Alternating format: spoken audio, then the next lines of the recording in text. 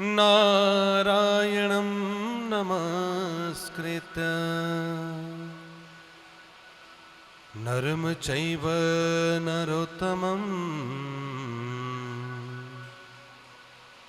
देवीं सरस्वतीं व्यासं ततो जयमुदीरयेत्।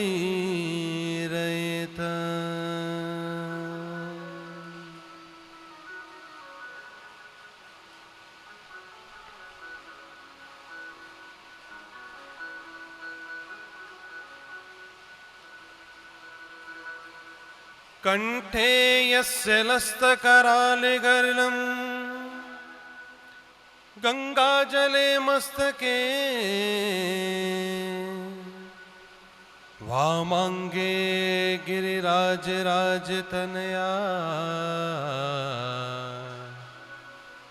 जाया भवानी सती।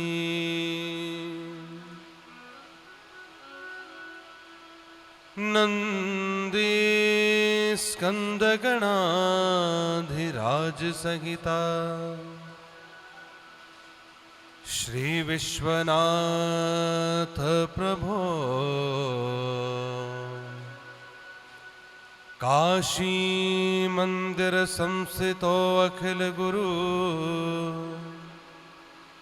कुर्वन्तु नो मंगलम्।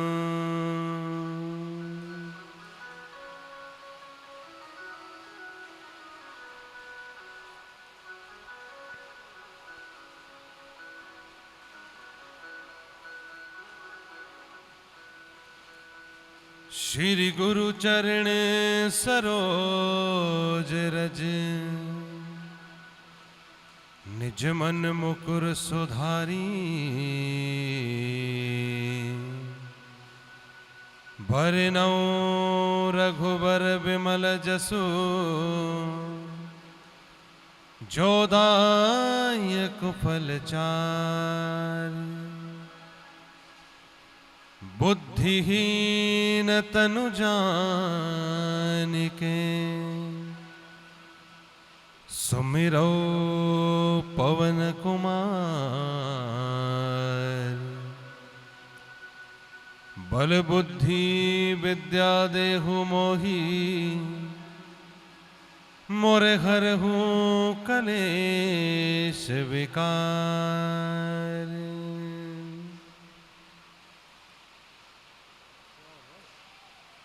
जय जय श्री राधारमण जय जय नवल किशोर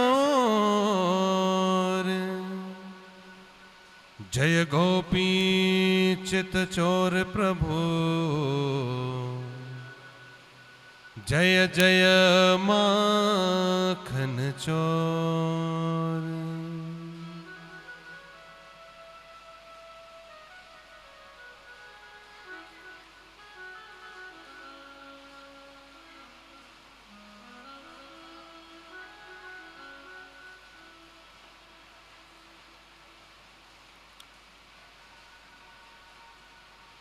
परम वंदनीय सदगुरु भगवान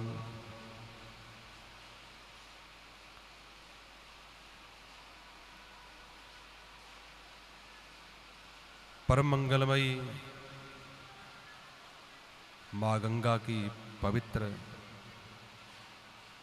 धरा और इस परम धरा पर विराजमान साक्षात शिरगुल देवता महाराज, कुला देवता महाराज और चुहरू देवता महाराज,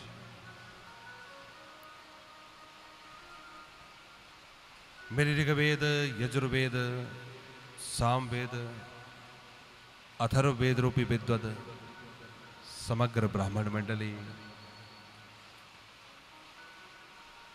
गंगा गीता गायत्री सरस्वती स्वरूपा मेरी समग्र मातृशक्ति, साथ में मेरी छोटी छोटी ग्वाल बाल मंडली, परम परात्पर अखिलेश्वर अकारण करुणा वरुणालय भगद वांछित कल्पतरु पीताम्बरधारी बाल कृष्ण लाल की दिव्य लीलाओं से मंडित श्रीमद् भागवत महापुराण जी हमारे इष्ट आराध्य बाल कृष्ण लाल श्री कृष्णचंद्र भगवान ठाकुर जी महाराज एवं हमारे सप्ताह पारायण यज्ञ के हमारे यजमान श्रीमान गोपाल सिंह वर्मा जी, उनकी धर्मपत्नी प्रोमिला वर्मा जी, उनके बड़े सुपुत्र वीरेंद्र जी, उनकी अर्धांगिनी भावना जी, उनके छोटे सुपुत्र प्रदीप जी और उनकी अर्धांगिनी, इनके आगे बच्चे सक्षम, साकेत, छोटे छोटे गुड्डो और अन्य सभी बालक, इनके सभी भाई, इनके परिवार के, इनके कुटुंब के सभी जन, इनके गांव के, इनके क्षेत्र के सभी वो लोग जो इन्होंने मन में प्रण लिया था भागवत जी की कथा को करवाने का, इस परम पवित्र मां गंगा जी के परम तट पर हरि के इस द्वार में, हरिद्वार में, जहां पर मां गंगा साक्षात रूप से विराजमान है। और हमारे इस यज्ञ की दिव्यता देखिए, हमारे यजमान जी ने 3 भागवत जी की कथाएं महाराज श्रीगुल देवता जी के प्रांगण में करवाई और चौथा यह श्रीमद् भागवत महापुराण यज्ञ इस परम पवित्र मां गंगा जी की आंचल में हो रहा है। और कितना सुंदर संयोग, मां गंगा की पूर्ण कृपा, मां गंगा की अविरल धारा प्रवाहित होती हुई और उस अविरल धारा में हमारे साक्षात श्रीगुल देवता जी महाराज उस धारा में विराजमान, साथ में हमारे कुला देवता चुहरू देवता विराजमान। और इतनी ही कृपा नहीं, साथ में हमारे कर्मकांड के, ज्योतिष के मर्मज्ञ सभी विद्वजन, मेरी ब्राह्मण मंडली, जिन्हें मैं पहले ही ऋग्वेद, यजुर्वेद, सामवेद और अथर्ववेद स्वरूप इस व्यासपीठ से जिनकी तुलना कर चुका हूं, ऐसा हमारा ये ब्राह्मण समाज यहाँ पर विराजमान है। और उसमें भी हमारे हेतराम शर्मा जी और अन्य जितने भी ब्राह्मण देवता हैं, हरिनंद जी हैं, और भी सबके तो मैं ज़्यादा मुझे नाम याद नहीं है, परंतु फिर भी जितनी भी हमारे ब्राह्मण देवताओं की टोली है और हमारे देवता जी के गुरु साथ में हैं, हमारे यजमान जी के बड़े भाई लंबरधार जी, सभी यहाँ पर आप लोग विराजमान है। हमारा अपना एक परिवार यहाँ पर बैठा है। और अपने मन की, हृदय की यदि बात करूं तो आप लोगों के बीच में मुझे ये लगता ही नहीं कि हम कहीं दूसरी जगह पर आकर बैठे हैं। आप सबके साथ भाव ही ऐसा बन गया है। कलिकाल में प्रत्येक मनुष्य के ऊपर परमात्मा की कृपा हुई है, ऐसा नहीं कि किसी के ऊपर कृपा नहीं हुई, और सम्यक कृपा हुई है। भगवान जी कभी भी किसी के प्रति भेद की दृष्टि नहीं रखते। भगवान जी की प्रत्येक जीव के प्रति समदृष्टि होती है, एक दृष्टि होती है। ये जो भेद की नीति होती है, ये केवल मात्र हम मनुष्यों की होती है। हम भेद की नीति रखते हैं, परमात्मा की नीति होती है अभेद। वो समदृष्टि से प्रत्येक जीव को देखते हैं। अब इसमें विचारणीय विषय ये होता है कि हम किस प्रकार से उस परमात्मा की उस कृपा को प्राप्त कर पाते हैं। क्योंकि कलिकाल में प्रत्येक जीव के ऊपर हमारे परमात्मा ने कृपा की है, घर घर में सामर्थ्य दिए है।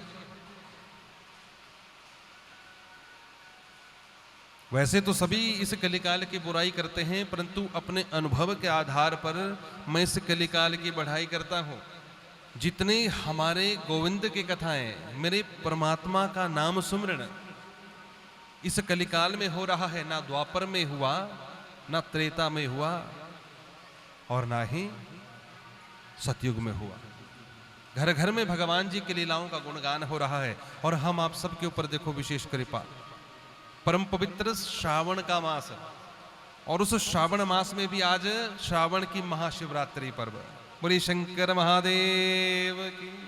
कितनी कृपा। और हमारी कथा का आज से श्री गणेश हो रहा है और ठीक जिस दिन संक्रांति होगी उस दिन हमारी कथा का क्या होगा, यहां से पूर्णाहुति होगी कथा की। इतना सुंदर ये समय हमें मिला है 7 दिनों का। और यदि बात करें तो प्रत्येक जीव के पास ये 7 दिन ही होते हैं। 7 दिन में ही हमारा ये जीवन समय जो है क्या हो जाता है, प्रारंभ भी होता है और समाप्ति भी हो जाता है। इन्हीं 7 दिनों में हमारा जन्म भी होता है और इन्हीं 7 दिनों में हम इस संसार को छोड़कर मृत्यु को प्राप्त हो जाते हैं। कहने का भाव ये है कि यही 7 दिन हमारे पास है। हम जीवन में यदि अच्छे कर्म करके जाएंगे तो उस परमात्मा की शरण हमें प्राप्त होगी और यदि बुरे कर्म करके जाएंगे तो 28 प्रकार के नरक है। फिर पुनरपि जन्मम पुनरपि मरणम पुनरपि जननी जठरे शयनम, बार बार इस प्रक्रिया से हमें फिर घूमना पड़ता है। इसलिए ये मनुष्य का जीवन मिला है, अभी मिला है, ना जाने फिर मिलेगा कि नहीं मिलेगा। भाग्योदयेन बहुजन्म समर्जितेन सत्संगम च लभते पुरुषो यदा वै अज्ञान हेतु कृत मोहमदान्धकारनाशम विधाय ही तदुदयते विवेक।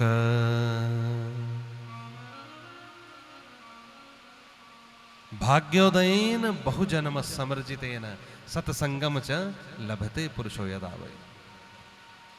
जब हमारे कोटि कोटि जन्मों के पुण्य संग्रहित होते हैं, कोटि कोटि जन्म कौन से, जरा विचार कीजिएगा। एक जन्म तो हमारा ये है जिस शरीर को, मनुष्य शरीर को धारण करके हम आप सब लोग यहाँ पर बैठे हैं और इससे प्रारब्ध में जो हमने जन्म लिए, उन पूर्व के जन्मों में जिस जिस योनि में हम आए वहां पर जो हमने पुण्य कर्म किए होंगे, जब वो संग्रहित होते हैं, वो एकत्रित होते हैं, तब कहीं जाकर जीव को इस संसार में सत्संग प्राप्त होता है। और ऐसा सत्संग जो इस परम पवित्र स्थल पर हो रहा है, जहां पर पहुंचना ही व्यक्ति के बड़े भाग्य की बात होती है। इस परम पवित्र मां गंगा के तट पर, ऐसी इस पवित्र धरा पर जहां पर अमृत की बूंदें गिरी है, जहां पर कुंभ प्रत्येक 12 साल के बाद लगता है हरिद्वार में। विचार कीजिए जरा, हम आप सब ने कितने पुण्य कर्म किए होंगे, उनका ही वो फल है जो आज इस परम पवित्र मंदाकिनी का दिव्य निवज्जन करने के लिए हम आप सभी यहाँ पर एकत्रित हुए हैं। बोली भक्तवत्सल भगवान की, गंगा मैया की।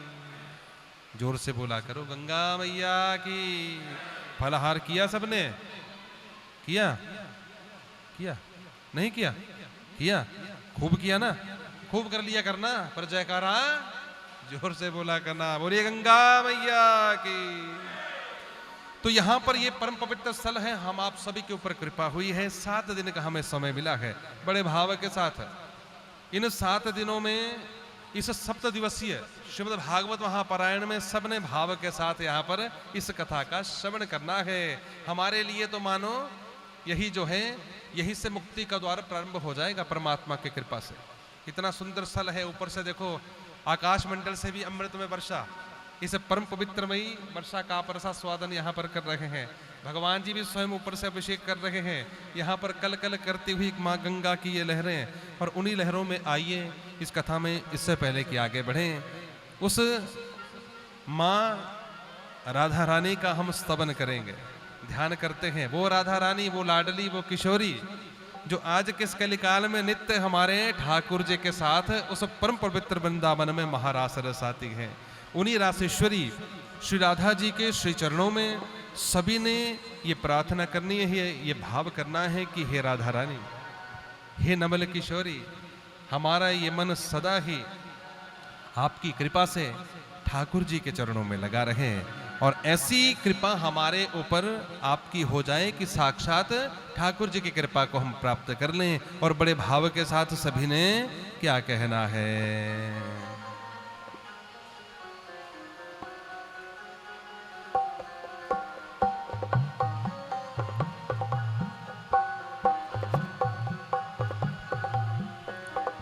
श्री राधिके तोरे चरणों में आऊं, श्री राधिके तोरे चरणों में आऊं। मन चाह वरदान मन में मैं पाऊं, मन चाह वरदान मन में गाइए। श्री राधिके तोर चरणों में आऊं, श्री राधिके तोर चरणों में आऊं।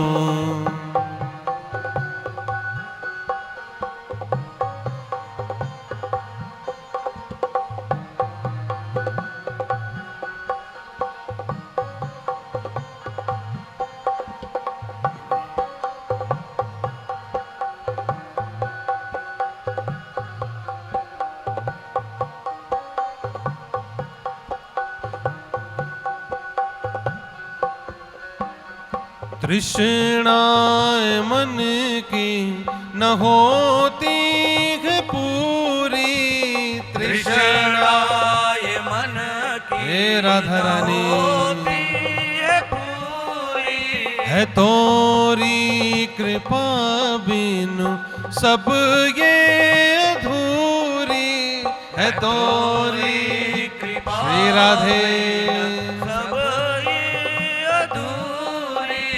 मन मंदिर में अब तुम्हें ही बिठाऊं, मन मंदिर में अब तुम्हें ही बिठाऊं। श्री राधिके तोर चरणों में आऊं, श्री राधिके तोर चरणों में आऊं। श्री राधे। सभी ने भाव के साथ मीठी मीठी तालियों का सहयोग करना है। श्री राधे।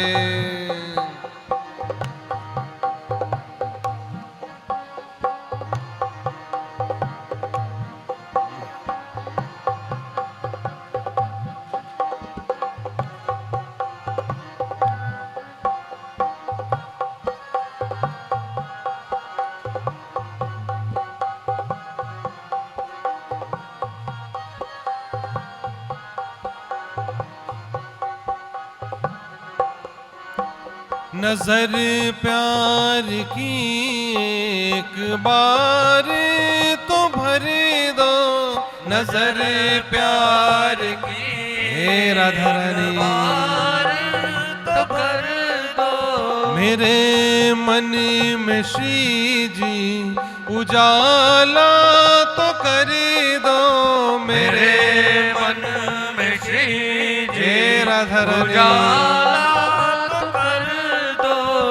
मंदिर में मन के ही दर्शन मैं पाऊं, मंदिर में मन के ही दर्शन मैं पाऊं। श्री राधिके तोर चरणों में आऊं, श्री राधिके तोर चरणों में आऊं।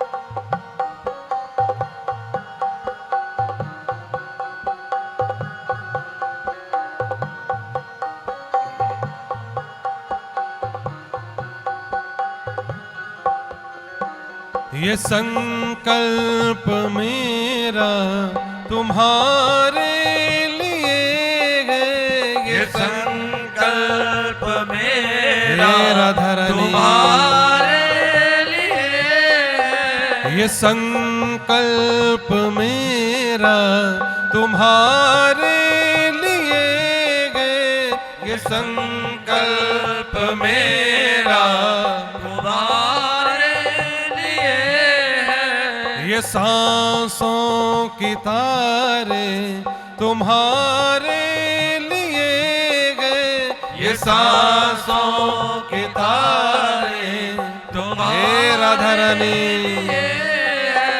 ये वाणी के स्वरी से तुम्हें मैं सुनाऊं, ये वाणी के स्वर से तुम्हें मैं सुनाऊं। श्री राधिके तोर चरणों में आऊं, श्री राधिके तोर चरणों में आऊं।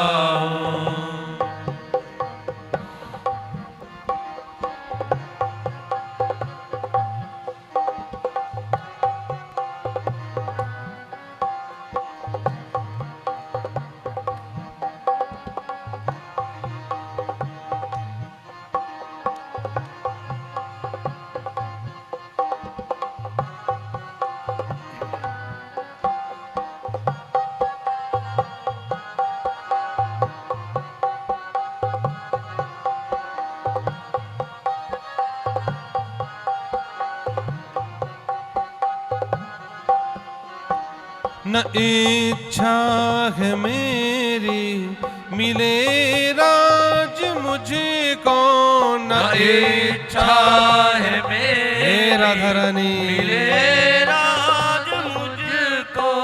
न इच्छा है मेरी मिले राज मुझको, न इच्छा है मेरी राधे मिले राज मुझको। ये माया न कर दे बर्बाद मुझको, ये माया न कर हे राधारानी बर्बाद मुझको। मैं निश दिन तेरे नाम के गीत गाऊं, मैं निश दिन तेरे नाम के गीत गाऊं। श्री राधिके तोर चरणों में आऊं, श्री राधिके तोर चरणों में आऊं।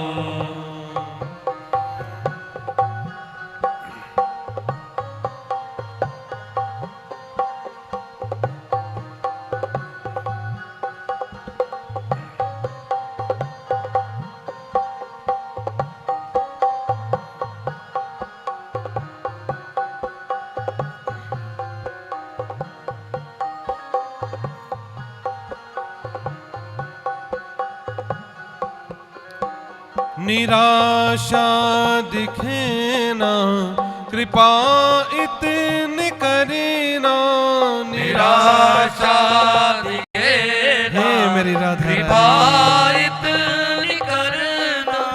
निराशा दिखे ना कृपा इतनी करीना, निराशा दिखे ना कृपा इतनी करना। ये आवाज मेरी कृपा करे के सुनना, ये आवाज श्री में राधे कृपा करके सुनना। सदा मधुर बन कर कृपा तोरी पाऊं, सदा मधुर बन कर कृपा तोरी पाऊं। श्री राधिके तोर चरणों में आऊं, श्री राधिके तोर चरणों में आऊं। मन चाह वरदान मन में मैं पाऊं, श्री राधिके चरणों में आऊं, श्री राधिके तोर चरणों में आऊं, राधे चरणों में आऊं, राधे चरणों में आऊं, राधे चरणों में आऊं, राधे चरणों में आऊं। बोलिए भक्तवत्सल भगवान की जय। राधा रानी अलवेली सरकार की जय। गंगा मैया की जय। तो जब तक हमारी ये चित्त वृत्तियां एकाग्र नहीं होती, जब तक हमारा ये मन का भाव शांत नहीं होता, तब तक सत्संग के पूर्ण लाभ को हम प्राप्त नहीं कर पाते। इसलिए सत्संग में हम बैठे हैं, बड़े भाव के साथ हम भगवान जी की इस कथा का श्रवण करें। ये वो दिव्य मंदाकिनी है जिसका श्रवण राजर्षि परीक्षित ने किया था सुखदेव जी के मुखारविंद से। ये वही दिव्य कथा है जिसका श्रवण शौनकादि 88,000 ऋषियों ने सूत महाराज जी के मुखारविंद से किया था। ये वही परम पवित्र मंदाकिनी है जिसका निवज्जन आप इस परम पवित्र धरा पर 7 दिनों तक मुझ जैसे एक अधम सी वाणी के वक्ता के मुखारविंद से करेंगे। श्रीमद् भागवत महापुराण के महात्म्य के प्रथम श्लोक में महर्षि वेद व्यास जी ने परमात्मा को प्रणाम किया है और क्या कहते हैं, सच्चिदानंद रूपाय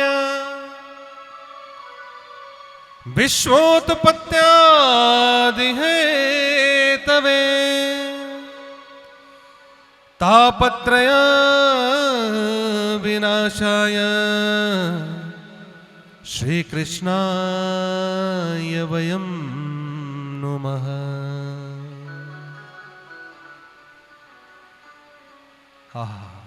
सच्चिदानंद रूपाय विश्वोत्पत्त्यादि हेतवे तापत्रय विनाशाय श्री कृष्णाय वयं नुमः। सच्चिदानंद रूपाय, पहला शब्द आता है सच्चिदानंद रूपाय। वैसे तो आप सब लोग, हम सब लोग रोज कहते हैं जय सच्चिदानंद, कहते हो ना, जय सच्चिदानंद भगवान की। कभी ये सोचा कि ये सच्चिदानंद है क्या? सच्चिदानंद शब्द जो है वो 3 अक्षरों के मेल से बना है, 3 शब्दों के मेल से बना है सच्चिदानंद। पहला है सत, दूसरा है चित और तीसरा है आनंद।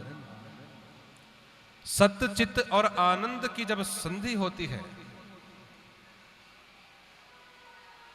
तो ये बनता है सच्चिदानंद। सत कहते हैं सत्य को, सच को। और जीवन में याद रखना, सत्य नाम है परमात्मा का। सत्य कभी पराजय नहीं होती सत्य की। आपने कितनी कहानियां सुनी हैं, कितने देवों का और असुरों का महासंग्राम हुआ, कितनी ही आपने कथाएं विद्वानों के मुख से सुनी होंगी, कितने ही शास्त्रों का आपने श्रवण किया होगा। सत्य है कि क्या हुई है, सदा ही विजय हुई है संसार में। सत्य को कोई भी पराजय नहीं कर सकता, क्योंकि सत्य नाम ही परमात्मा का है। और दूसरा शब्द आता है चित। चित कहते हैं प्रकाश को। जिस प्रकार से हम आप सभी को, मान लीजिए कोई पुस्तक पढ़नी हो, उस पुस्तक में क्या शब्द छपे हैं, उन शब्दों को पढ़ने में हमारी ये जो नयन है ना, दृष्टि, आंखें, ये सक्षम होती हैं। परंतु कब? जब हमें रोशनी मिलेगी। अब रात को यदि कोई कह दे अंधेरे में कि आप कोई पुस्तक निकाल कर उसका जरा, अंदर तो छोड़ो, बाहर कवर पे उसका क्या नाम लिखा है, कौन सी वो पुस्तक है, तो कोई बता सकता है? क्योंकि अंधेरे में हमारी आंखें किसी भी वस्तु को, चाहे वो छोटी हो बड़ी हो, उसको देखने में सक्षम नहीं है। हमें किसी भी वस्तु को देखने के लिए हमारी आंखों को प्रकाश की आवश्यकता होती है, तभी हमारी ये दृष्टि सक्षम है। दिन का जब सूर्य उदित होता है, उसके पश्चात आप जो मर्जी संसार में देख लो, जहां तक हमारी आंखें देखने में सक्षम हैं, सूक्ष्म से सूक्ष्म वो देख सकती हैं, बड़े से बड़ा भी सब कुछ देख सकती है। परंतु जैसे ही रात होती है वैसे ही हमें कुछ दिखाई नहीं देता, जब तक प्रकाश हमें ना मिले, भले ही वो आज के समय की विद्युत हो, लाइट हो।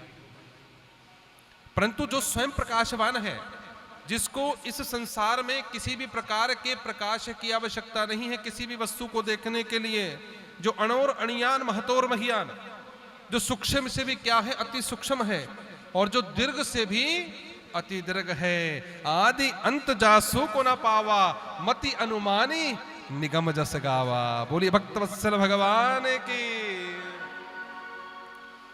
आदि अंत जासु को न पावा, आदि अंत जासु को न पावा, मति अनुमानी निगम जस गावा, मति अनुमानी निगम जस गाया, बिनु पग चल ही सुनही बिनु काना, बिनु पग चल ही सुनही बिनु काना, रहिए घाण बिनु बांस समाना, रहिए घाण बिनु बांस समाना, श्री राम जय राम जय जय राम, श्री राम जय राम जय जय राम, आदि अंत जासु को न कपावा, मति अनुमानी निगम जस गावा। जिसके आदि और अंत का कोई पता नहीं है कि कहां से उनका प्रारंभ होता है और कहां पर उनका अंत होता है।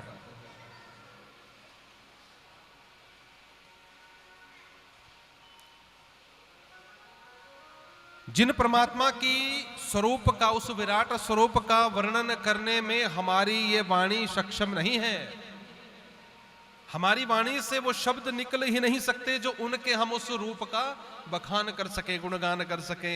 हम तो केवल मात्र साधारण मनुष्य हैं इस संसार के, जो अपनी से टूटी फूटी वाणी से उनके नाम का टूटा फूटा गुणगान करते हैं। बोलिए वत्सल भगवान की। वास्तविकता क्या है? ब्रह्मा जैसे देवता भी जिनके उस आदि और अंत को नहीं पार सके। सृष्टि की जब आगे कथा आएगी, सृष्टि रचना की, सृष्टि वर्णन जब आएगा आप सुनेंगे, ब्रह्मा जी ने 100 वर्षों तक उतरते हैं परंतु आधार ना मिला जहां से वो कमल दल की उत्पत्ति हुई थी।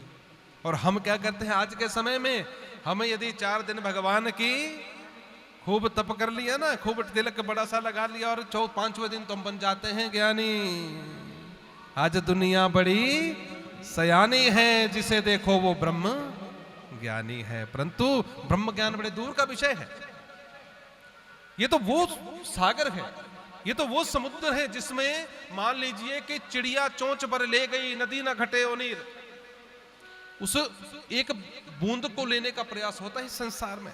विद्वता के घर तो बड़े दूर होते हैं भैया, ना जाने कितने बड़े से बड़े इस संसार में धर्मज्ञ आए, मर्मज्ञ आए, नीतिज्ञ आए, शास्त्रज्ञ आए, परंतु किसी के बस की ये बात नहीं रही कि हम वो कोई ये कह दे कि मैं परिपूर्ण हूं। परिपूर्ण संसार में वही परमात्मा थे जिनके नाम का गुणगान करने के लिए मुनि धीर जोग सिद्ध संतन जासु कीरति गावहि, जिनकी कीर्ति का गुणगान करने के लिए ऋषियों ने, मुनियों ने ना जाने जन्म जन्मांतर अपना ने उछावर कर दिया। और कली काल का मनुष्य क्या है, 4 दिन भक्ति करी, 5वें दिन हमसे बड़ा सिद्ध, हमसे बड़ा जोगी तो और दूसरा कोई ना है। परंतु उनकी उस गाथा का, उनके उस नाम का वर्णन करना इस संसार में बड़ा ही कठिन कार्य है। ऐसे वो परब्रह्म परमात्मा है जो स्वयं प्रकाशवान है। और तीसरा जो वहां पर वर्णन आया था, क्या आया था? आनंद। सतचित आनंद मिलकर बनाते हैं सच्चिदानंद। तो आनंद शब्द की व्याख्या तो बड़ी विचित्र है कि खोज डाला कुल जहां तब पता तेरा नहीं, और जब पता तेरा चला अब पता मेरा नहीं। बोली भक्त वत्सल भगवान की। हम पूरा जीवन व्यतीत कर देते हैं किसके पीछे? आनंद के पीछे। हमसे कोई पूछ दे, साधारण मनुष्य कोई पूछ दे कि आनंद क्या होता है, तो खाने को बढ़िया बढ़िया मिल जाए तो भैया वो आनंद हो गया, होता है ना। भूख लगी हो और खाने को बढ़िया सा मिल जाए तो वही हम तो आनंद समझ लेते हैं, क्योंकि हमारा आनंद का विषय कहां छुपा है? इस रसना के ऊपर। जीवा को जो स्वाद लग गया, जीवा ने जो जिसे स्वीकार कर लिया, अच्छा समझ लिया, वही आनंद है। जबकि स्वाद का कितनी देरी का स्वाद होता है, हमने हाथ से उठाया, होठों से मुख में डाला, जीवा के ऊपर, जीवा अंदर जैसा गया, स्वाद समाप्त है। इतने से क्षणिक जो स्वाद को हम आनंद समझते हैं इस संसार में। जबकि आनंद क्या है? आनंद की परिभाषा तो बड़ी विचित्र है। जिस प्रकार से एक कस्तूरी मृग होता है ना, कस्तूरी मृग सबने सुना है, हाँ, जोड़ना वालों ने तो सबने सुना होगा, क्योंकि भैया चौथी कथा है यहाँ पर। 3 बार आप सबको कथा सुनाई, भगवान जी की कथा सुनाने का प्रयास किया। सुनाई तो चलो, सुनाने का घर बड़ा दूर होता है, प्रयास किया भगवान जी का गुणगान करने का शिरगुल महाराज जी के श्री चरणों में। और चौथी बार शिरगुल जी ने कहा कि चलो गंगा जी के तट पर यजमान जी को हमारे, और हम गंगा जी के तट पर यहाँ पर प्रयास अब करेंगे इस पावन परम पवित्र कथा को सुनाने का। आपको पता है परीक्षित जी ने भी गंगा जी के तट पर इस कथा को सुना था और सीधा मोक्ष की प्राप्ति हो गई थी। तो आनंद का विषय बड़ा विचित्र है। एक कस्तूरी मृग होता है ना, उसकी नाभि मंडल से कस्तूरी की सुगंध आती है, बड़ी सुंदर सुगंध है। परंतु उसको उस कस्तूरी के सुगंध का वो उद्गम स्थल, कहां से वो सुगंध आ रही है, उससे वो अनभिज्ञ है। और वो उस सुगंध के उस स्रोत को, उद्गम स्थल को ढूंढने के लिए ना जाने कहां कहां घूमता है। सुबह से शाम हो जाती है, शाम से रात हो जाती है, रात से पुनः सुबह हो जाती है, परंतु उससे वो कहीं उस सुगंध का सुगम स्थल नहीं मिलता, उद्गम स्थल नहीं मिलता, वो स्रोत नहीं मिलता जहां से वो सुगंध आ रही है। और वास्तविकता क्या थी? वो सुगंध कहां से आ रही है? उसके अपने ही नाभि मंडल से। वही स्थिति इस संसार में मनुष्य की है। हम क्या करते हैं? भगवान जी को ढूंढने के लिए ना जाने कहां कहां जाते हैं, ना जाने कहां कहां जाते हैं कि हम भगवान जी को प्राप्त कर लेंगे। कभी काशी गए, कभी मथुरा गए, वृंदावन गए, अयोध्या जी में गए, गंगा जी के परम पवित्र तट पर आए, खूब डुबकियां लगाई, परंतु किसी को भगवान मिले? भगवान की यदि प्राप्ति होती हो, विचार करना जरा। मैं किसी की निंदा करने यहां पर नहीं आया हूं, किसी स्थान की निंदा करने यहां नहीं आया हूं, और ना ही ये व्यासपीठ की मर्यादा है, ना ही हमें ऐसी अनुमति है कि हम यहां से किसी की निंदा करें। परंतु फिर भी विचार करना जरा, जो रोज गंगा के तट पर ही रहते हैं, उन्हें तो सबसे पहले भगवान जी की प्राप्ति होनी चाहिए कि नहीं होनी चाहिए? बोली भक्तवत्सल भगवान है कि उन्हें क्यों नहीं होते? वो तो सबसे ज्यादा लोभ में इस संसार में डूबे हैं। यहां पर विचार कर लेना, साथ देना है हम आप सभी के पास। चलना जरा हर की पौड़ी के ऊपर, वहां लग जाएगा पता किस किस तरीके से कौन कौन कितनी भक्ति कर रहा है। भक्ति का मतलब ये नहीं है कि हम किसी भी प्रकार से अपने निज स्वार्थ को पूर्ण करने के लिए लोगों को ठगना प्रारंभ कर दे। भक्ति हृदय से होती है भैया, और भक्ति करने के लिए क्या करना पड़ता है? उस आनंद में डूबना पड़ता है। तो आनंद किसी भी प्रकार का कोई ऐसा शारीरिक सुख नहीं है जो हमें मिले। स्वाद को आनंद नहीं कहते। गर्मी का महीना हो, खूब गर्मी, और हमें एसी लगा कमरा मिल जाए ना, हाँ, तो फिर हम समझते, क्या समझते? आनंद आ गया जी। हमारे यजमान जी ने भी बड़ा व्यवस्था की है, बढ़िया एसी लगे कमरे दिए हमें। बोली भक्तवत्सल भगवान की। तो हमने भी कहा बढ़िया भाई, आनंद होगा। वीरेंद्र जी ने परसों ही फोन कर दिया कि गुरु जी कौन सा कमरा लेना? मैं कहा जो बढ़िया हो वो रख देना भैया, ऐसा नहीं है। देखो ये भाव की बात है इनकी। कहने का भाव ये है कि हम इस संसार में जो हमारे शरीर को अच्छा लगता है, उस सुख को हम क्या समझ लेते हैं? आनंद समझ लेते हैं। वो आनंद नहीं है। जो आनंद हमें एसी लगे कमरे में डनलप के गद्दों के ऊपर सोने में आता है ना, वही आनंद एक किसान को, वो दिन भर मजदूरी करेगा वहां पर उस जेठ के महीने में कड़कती धूप पे, और भोजन का जब समय जब होगा ना, तो वो आएगा, वो भोजन करने के लिए वृक्ष की, पेड़ की छांव में बैठेगा, वहां पर अपना भोजन निकाल कर उस भोजन को करेगा, और उसी वृक्ष की छांव में वो पत्थर का तकिया लगाकर वहीं पर सो जाएगा। हमें एसी लगे कमरे में वो नींद नहीं आएगी जो उसे वहां पर आ जाएगी।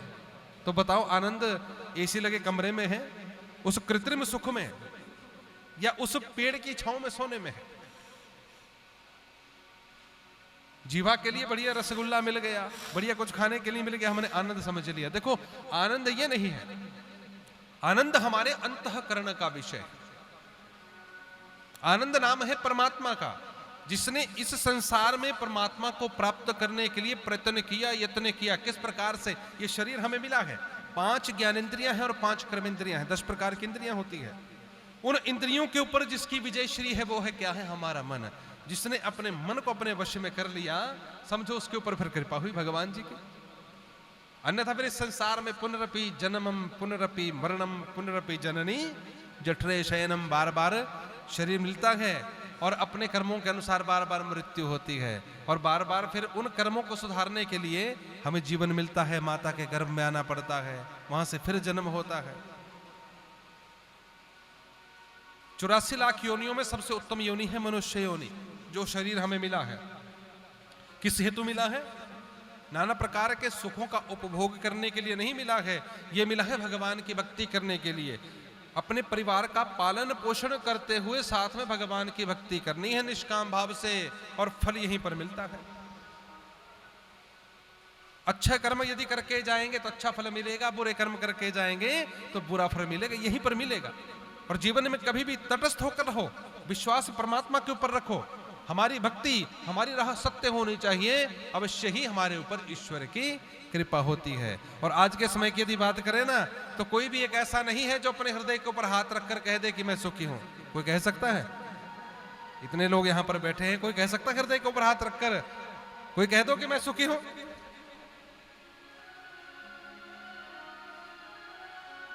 कोई तन दुखी, कोई मन दुखी, कोई धन बिन रहत उदास, थोड़े थोड़े सब दुखी, बस सुखी राम के दास। कोई तन दुखी, कोई मन दुखी। अब कैसे कैसे दुख है इस संसार में? कोई तन से दुखी है, शरीर में कोई आदि व्याधि लग गई, तन कहते हैं शरीर को। कोई आदि व्याधि लग गई, कोई दर्द हो गई, पीड़ा हो गई, कोई बीमारी लग गई, तो उसमें क्या होता है? हमारे तन का जो दुख होता है वो सबसे खराब होता है इस संसार में। तो उस तन के दुख को लेकर शरीर में मेरी टांग दुखती है, मेरी बाजू दुखती है, मेरा सिर दुखता है, मेरा नाक दुखता है, किस किस प्रकार से कोई ना कोई दर्द किसी के होती है। तो उस दर्द में क्या होता है? आदमी जो है परमात्मा का भजन करता है, सुमिरन करता है कि प्रभु बस ये मेरा ठीक हो जाए, शरीर की पीड़ा ठीक हो जाए, तो फिर आपका भजन करूंगा। ईश्वर की कृपा होती है, ये शरीर की आदि व्याधि समाप्त होती है, क्योंकि हमने हृदय से सुमिरन किया। परंतु होता क्या है बाद में? फिर जैसे जैसे हम भगवान का सुमिरन करते हैं वैसे वैसे क्लेश तो सब मिटते हैं, परंतु हमें विस्मृति हो जाती है परमात्मा की।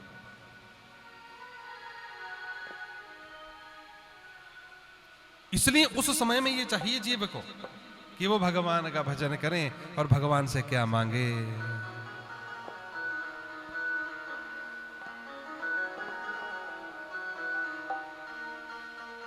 लागी लगन मत तोड़ना,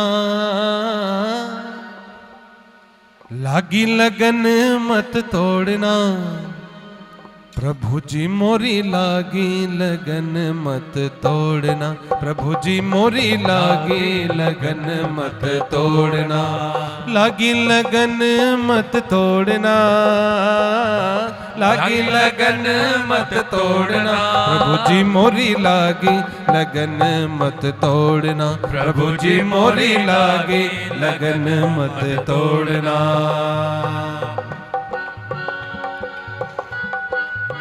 ऐसे बात नहीं बनती, दोनों हाथों को ऊपर उठाकर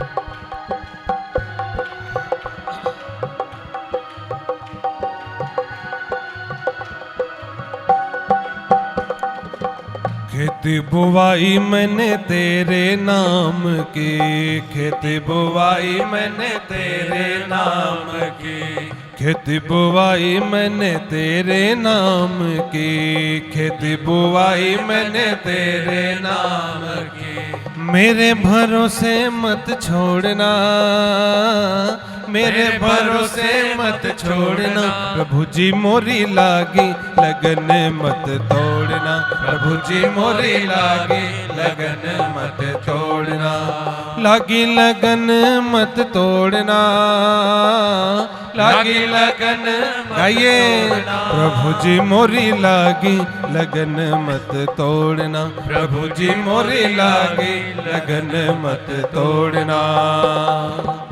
जय हो। ऐसे बात नहीं बनती, दोनों हाथों को ऊपर उठाकर।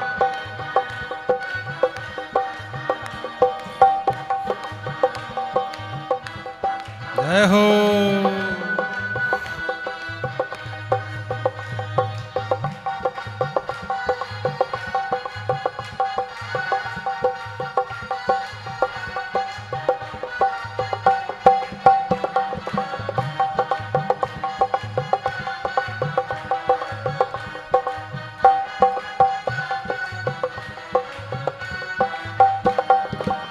तू ही मेरा सेठ है, तू ही साहूकार है, तू ही मेरा सेठ है, तू ही साहूकार है, तू ही मेरा सेठ है, तू ही साहूकार है, तू ही मेरा सेठ है, तू ही साहूकार है। ब्याज पे ब्याज मत जोड़ना, ब्याज पे ब्याज मत जोड़ना, प्रभु जी मोरी लागी लगन मत तोड़ना, प्रभु जी मोरी लागी लगन मत तोड़ना, लागी लगन मत तोड़ना, लागी लगन मत तोड़ना, प्रभु जी मोरी लागी लगन मत तोड़ना, प्रभु जी मोरी लागी लगन मत तोड़ना।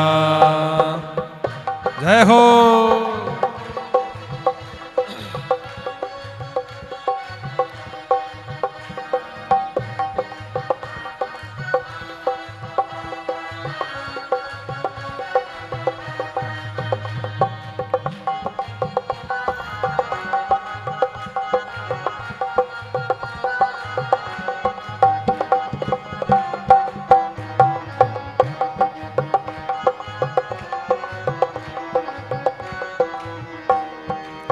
गहरी नदियाँ नाव पुरानी, गहरी नदियाँ नाव पुरानी, गहरी नदियाँ नाव पुरानी, गहरी नदियाँ नाव पुरानी, हाँ गहरी नदियाँ नाव पुरानी, गहरी नदियाँ नाव पुरानी, बीच भंवरे मत छोड़ना, बीच भंवरे मत छोड़ना, हो प्यारे बीच भंवरे मत छोड़ना, बीच भंवरे मत छोड़ना, प्रभु जी मोरी लागी लगन मत तोड़ना, प्रभु जी मोरी लागी लगन मत तोड़ना, लागी लगन मत तोड़ना, लागी लगन मत तोड़ना, प्रभु जी मोरी लागी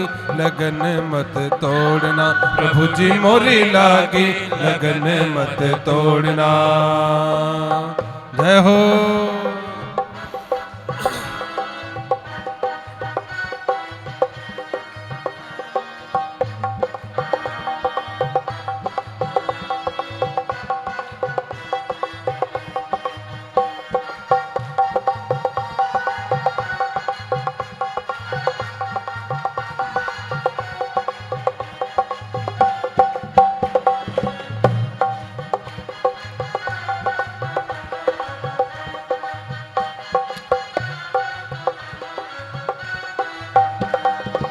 दास की विनती सुन लीजो, दास की विनती सुन लीजो, दास की विनती सुन लीजो, दास की विनती सुन लीजो, हाथ पकड़े मत छोड़ना, हाथ पकड़े मत छोड़ना, हो प्यारे हाथ पकड़े मत छोड़ना, हाथ हाथ पकड़े मत छोड़ना, प्रभु जी मोरी लागी लगन मत तोड़ना, प्रभु जी मोरी लागी लगन मत तोड़ना, लागी लगन मत तोड़ना, लागी लगन मत तोड़ना, प्रभु जी मोरी लागी लगन मत तोड़ना, प्रभु जी मोरी लागी लगन मत तोड़ना, प्रभु जी मोरी लागी लगन मत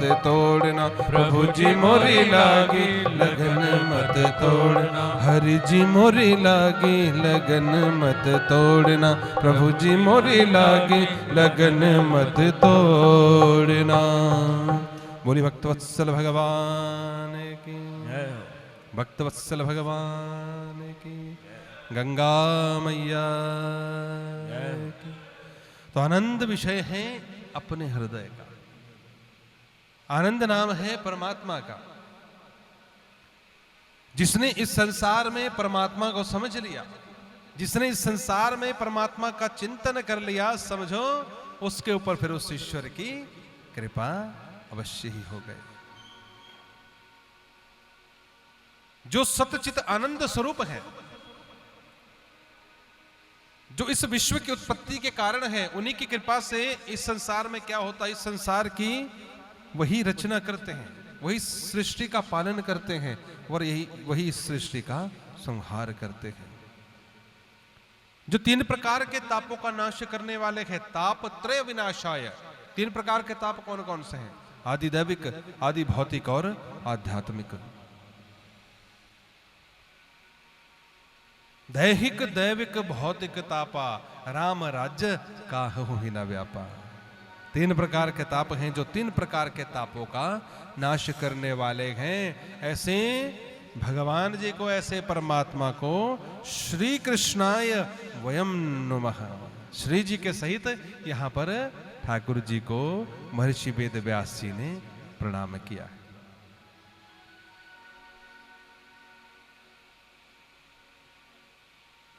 जब तक हमें भगवान के स्वरूप का पता ना हो, तब तक भले ही हमें रोज भगवान मिलते रहे।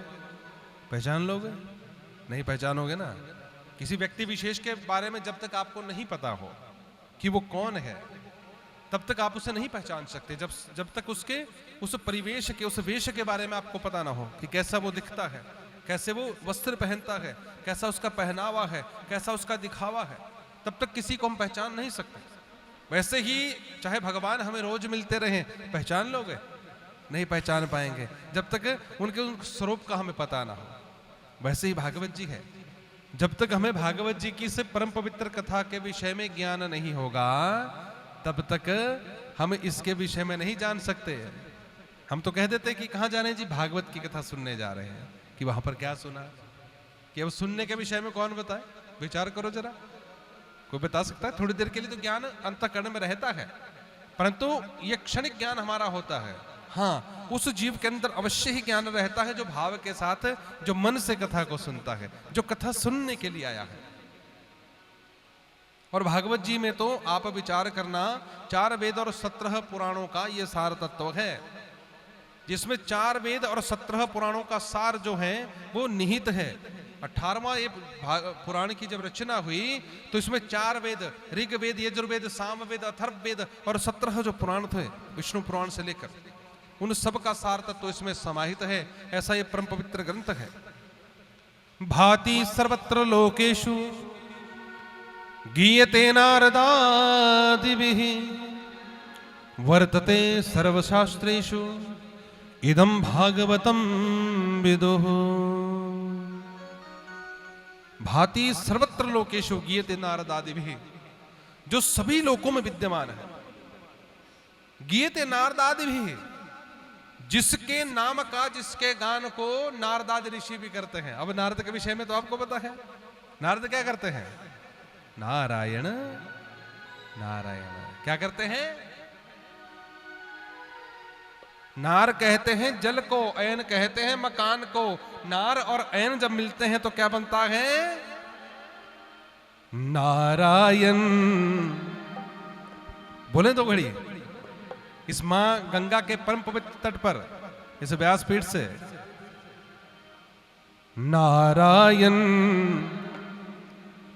नारायण श्रीमन नारायण नारायण नारायण गाइए नारायण नारायण श्रीमन नारायण नारायण नारायण नारायण नारायण श्रीमन नारायण नारायण नारायण हरि बोल नारायण गाइए नारायण श्रीमन नारायण नारायण नारायण श्रीमन नारायण नारायण श्रीमन नारायण नारायण नारायण।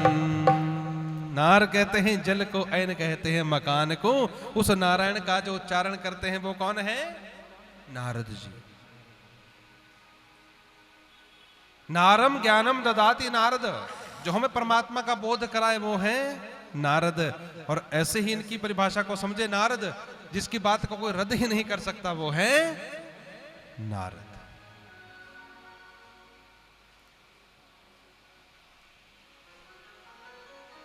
नारद जी जैसे परम संत भी जिस कथा का गुणगान करते हैं, गीयते नारद आदि भी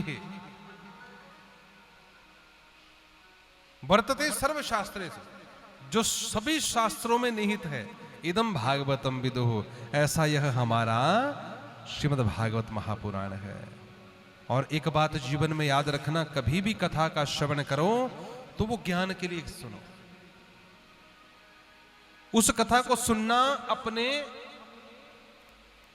प्रायश्चित करने के लिए, जो हमारे द्वारा जाने अनजाने में पाप कर्म हुए हैं उन कर्मों से निवृत्त होने के लिए इस कथा को सुनना, मनोरंजन के लिए नहीं सुनना, क्योंकि ये मनोरंजन का विषय नहीं है। और जो लोग जीवन में मनोरंजन के लिए इस कथा को सुनते हैं वो जीवन में बड़ा पाप करते हैं।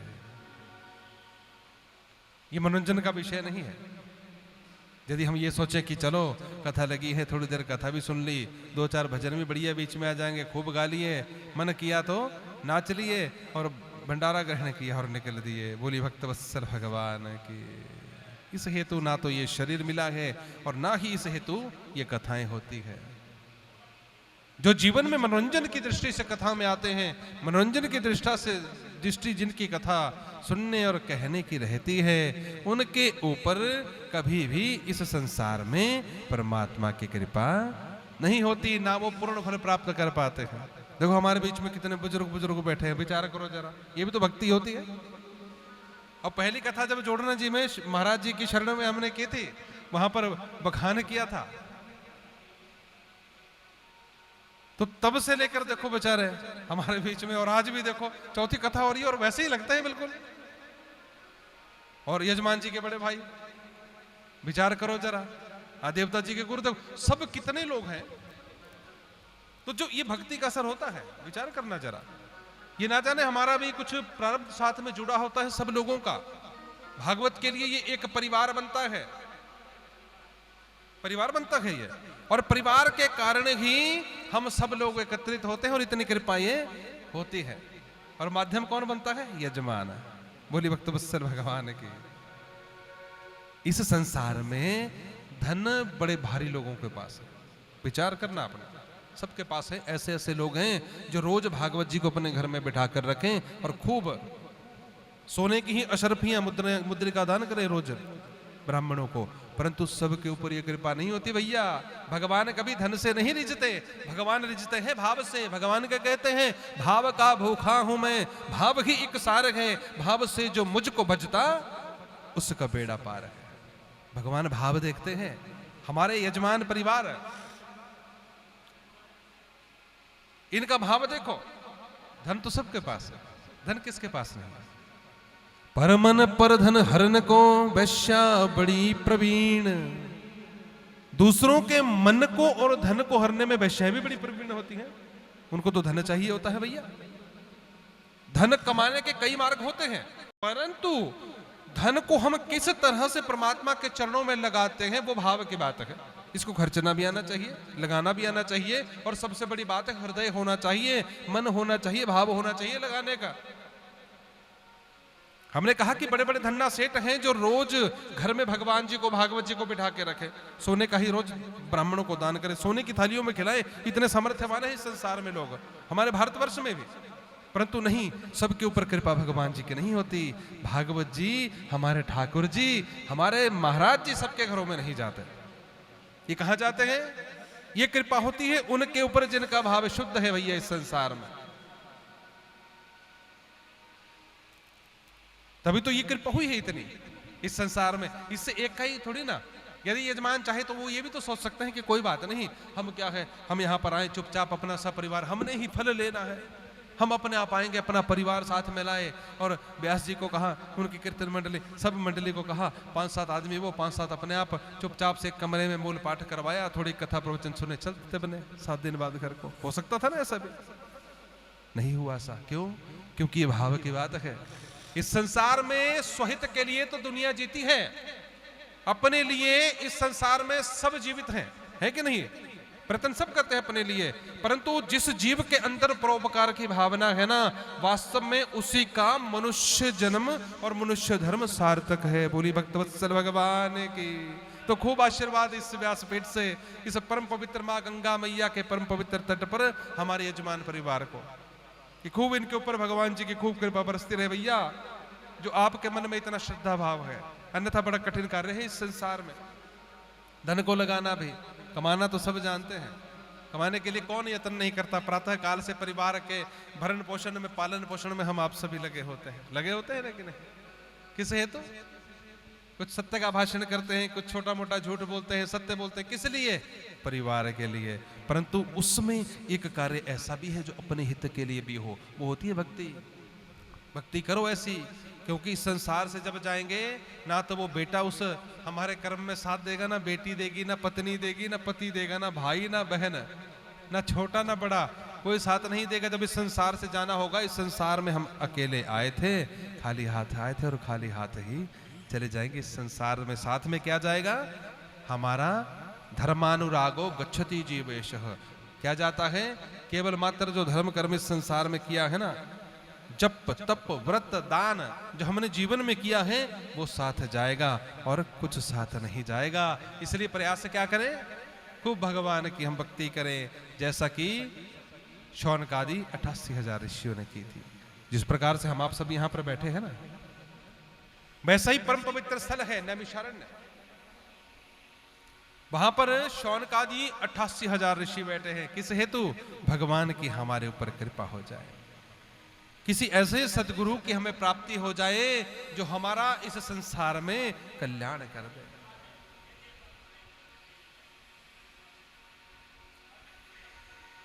ऐसी कृपा हमारे ऊपर परमात्मा की हो जाए कि हमारे ऊपर शौनकादि 88,000 मन में विचार कर रहे हैं, ऐसे सदगुरु की प्राप्ति हो जाए। इस संसार में बिना गुरु के भव पार होना बड़ा कठिन कार्य है। तो उनके बीच में किसका आगमन हुआ? परमात्मा की कृपा से सूत महाराज जी का आगमन हुआ। सूत महाराज जी 16 वर्ष के, विचार करना जरा यहां पर, कितने वर्ष के? 16 वर्ष के। और शौनकादि ऋषियों की आयु कितनी है? कईयों के सामने कई चतुर्युगियां बीत गई। चतुर्युगी सब जानते हैं ना, सतयुग, त्रेता, द्वापर, कलयुग कई बार व्यतीत तो हो गए। ऐसे ऐसे परम संत वहां पर बैठे हैं, शौनकादि 88,000 ऋषि। कई ब्रह्मा महाराज पंडित जी बदल गए उनके सामने, परंतु अभी भी उनके मन में क्या है? भगवान को प्राप्त करने के लिए लालसा है। कोई ऐसे सदगुरु की प्राप्ति हो जो हमारा जीवन धन्य कर दे।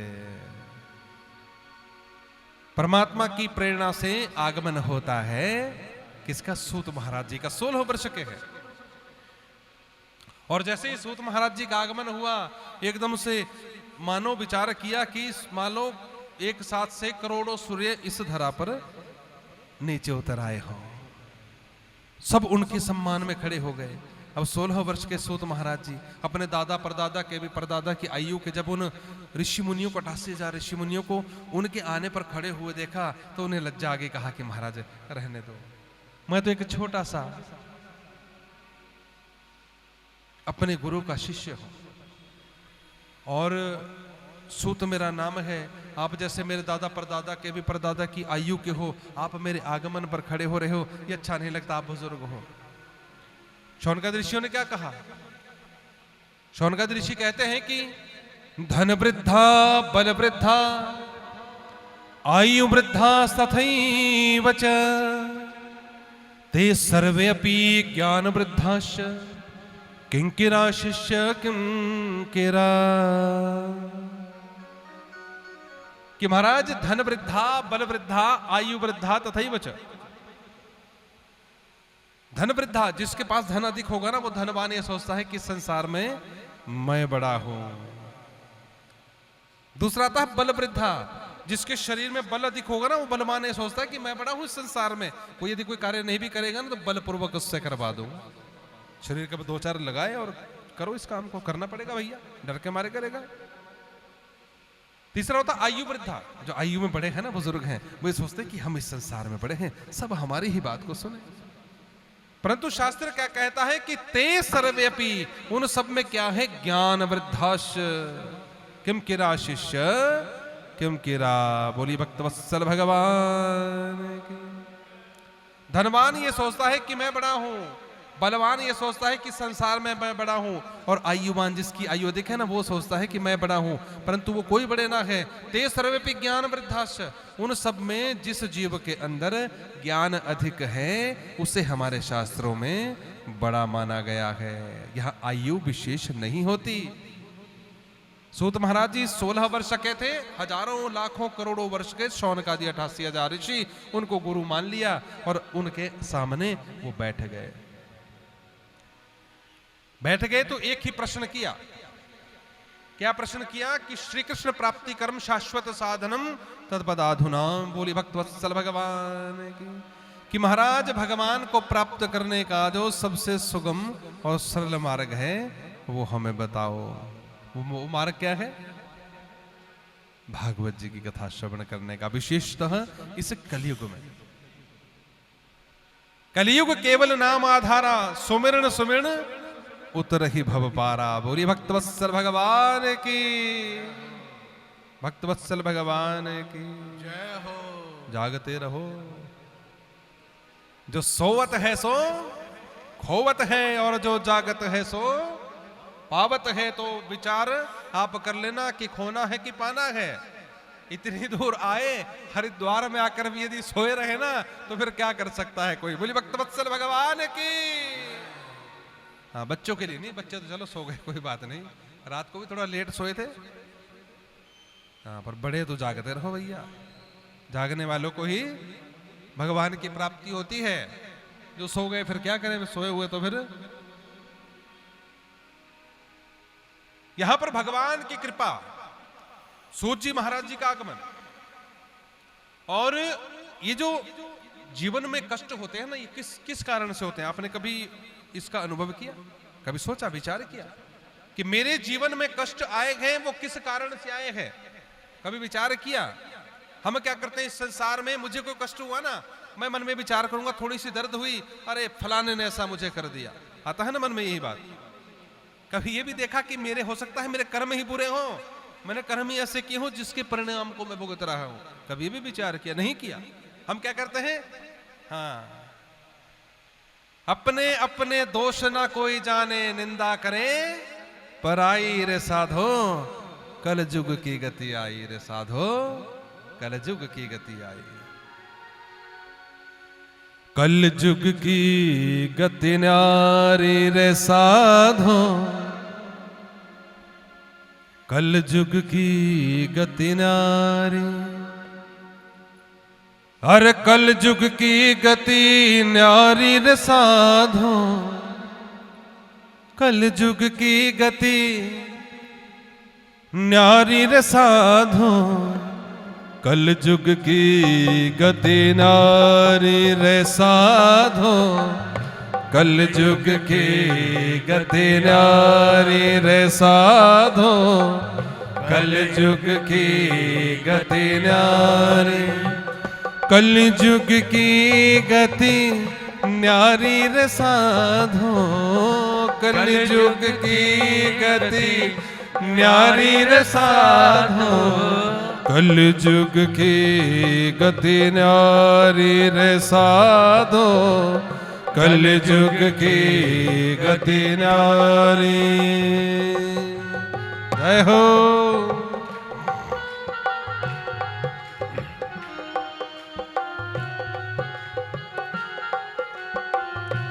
ऐसे बात नहीं बनती, दोनों हाथों से ताली।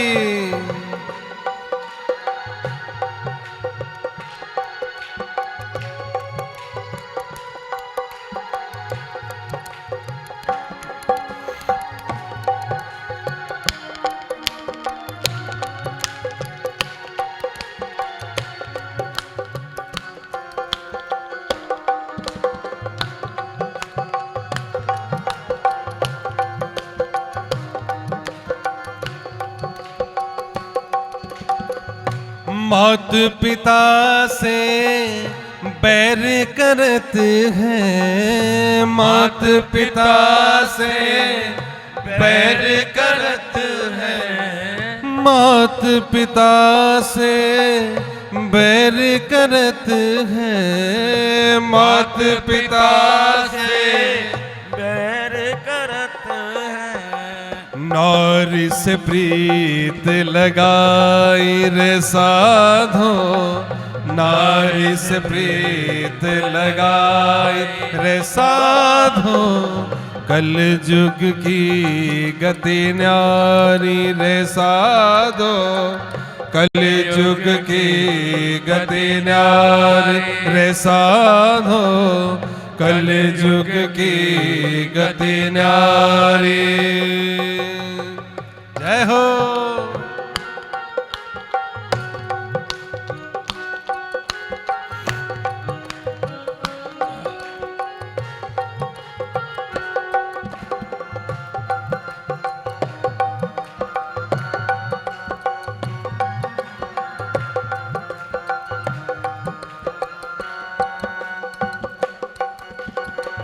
जिस नारी से संग करत है, जिस नारी से संग करत है। हाँ, जिस नारी से संग करत है, जिस नारी से संग करत है, उसको ही कहत ये माई रे साधो, उसको ही कहत ये माई रे साधो, कल जुग की गति न्यारी रे साधो, कल जुग की गति न्यारी रे साधो, कल जुग की गति न्यारी रे साधो, कल जुग की गति न्यारी रे साधो, कल जुग की गति न्यारी रे साधो, कल जुग की गति न्यारी। बोली भक्त वत्सल भगवान की, भक्त वत्सल भगवान की जय। हर हर गंगे जय गंगा मैया। जय जय। तो ये भगवान की कृपा, इस संसार में सदगुरु की प्राप्ति जो होती है वो परमात्मा की कृपा से होती है। नैमिषारण्य में शौनकादि 88,000 ऋषि सूत महाराज जी मिले। प्रश्न क्या किया कि जो भगवान को प्राप्त करने का सबसे सरल और सुगम मार्ग हो वो आप हमें बताओ। सूत महाराज जी ने कहा कि भगवान को प्राप्त करने का सबसे सरल और सुगम मार्ग कौन सा है? भागवत जी की कथा का श्रवण करो। परंतु साथ में सूत जी ने यह भी कह दिया कि यह अधिकार कई बार देवताओं को भी प्राप्त नहीं होता। कि महाराज वो कैसे कि सबके भाग्य में भागवत की कथा नहीं होती, देवताओं को भी ये अधिकार प्राप्त नहीं होता। कि वो कैसे? कि जब राजा परीक्षित को श्राप हो गया था कि 7 दिनों में उनकी मृत्यु हो जाएगी, तक्षक नाग उनके प्राणों को हर लेगा, उस समय उन्हें सदगुरु के रूप में प्राप्त हुए सुखदेव जी महाराज। सुखदेव जी कथा को सुना रहे थे, देवताओं को पता चल पड़ा कि भागवत रूपी इस परम पवित्र कथा का श्रवण कर रहे हैं कौन? शौनकादि उधर राजा परीक्षित कर रहे हैं। और कौन सुना रहा है? सुखदेव जी सुना रहे हैं गंगा जी के परम पवित्र तट पर। तो वहीं पर देवता लोग स्वर्ग से अमृत का कलश लेकर आ गए थे, वही कलश जो समुद्र मंथन में निकला था, उस कलश को लेकर आ गए। और उन देवताओं ने राजा परीक्षित से कहा कि राजर्षि परीक्षित, ये लो, आप क्या करो, आप इस स्वर्ग के अमृत का पान कर लो, और हम तुम्हें ये वचन देते हैं कि तक्षक नाग तुम्हें नहीं डस लेगा, क्योंकि तुम अमर हो जाओगे। विचार करना जरा, इस स्वर्ग के अमृत में और भागवत अमृत में क्या भेद है? निर्णय आपके ऊपर है कि हमें किस अमृत का पान करना चाहिए। स्वर्ग के अमृत के विषय में कह दिया देवताओं ने कि हम स्वर्ग का अमृत लेकर आए हैं, हमें पता चला कि तुम्हें श्राप हुआ है, इस स्वर्ग के अमृत का तुम पान कर लो, इससे तुम क्या होगे? आवागमन के चक्कर से छूट जाओगे, तुम्हारी मृत्यु नहीं होगी, तक्षक तुम्हें नहीं डस लेगा। कि महाराज वो तो ठीक है, परंतु मुझे पहले अपने गुरु को पूछना पड़ेगा। अपने गुरु के पास गए, सुखदेव जी के पास, कि हे गुरुवर, हे सदगुरु भगवान, आप कृपा कीजिए, ये देवता लोग आए हैं अमृत का कलश लेकर स्वर्ग से, और ये कहते हैं कि यदि इस अमृत का मैं पान कर लूं तो मुझे तक्षक नाग नहीं डस पाएगा, मैं अमर हो जाऊंगा। अब आप मुझे केवल मात्र इतना भेद बताइए कि इस स्वर्ग के अमृत में और भागवत रूपी अमृत में क्या भेद है, क्यों ये देवता लोग वहां से आए हैं? इतना तो गुरुदेव मैं भी जानता हूं कि बिना हित के देवता भी नहीं आए हैं, ये मुझे स्वर्ग का अमृत दे रहे हैं, बदले में इन्हें भी कुछ चाहिए, तो ये मांग रहे हैं भागवत अमृत को। अब विचार कीजिए मुझे क्या करना चाहिए। तो यहां पर कहते हैं सुखदेव जी की, देखो राजर्षि परीक्षित,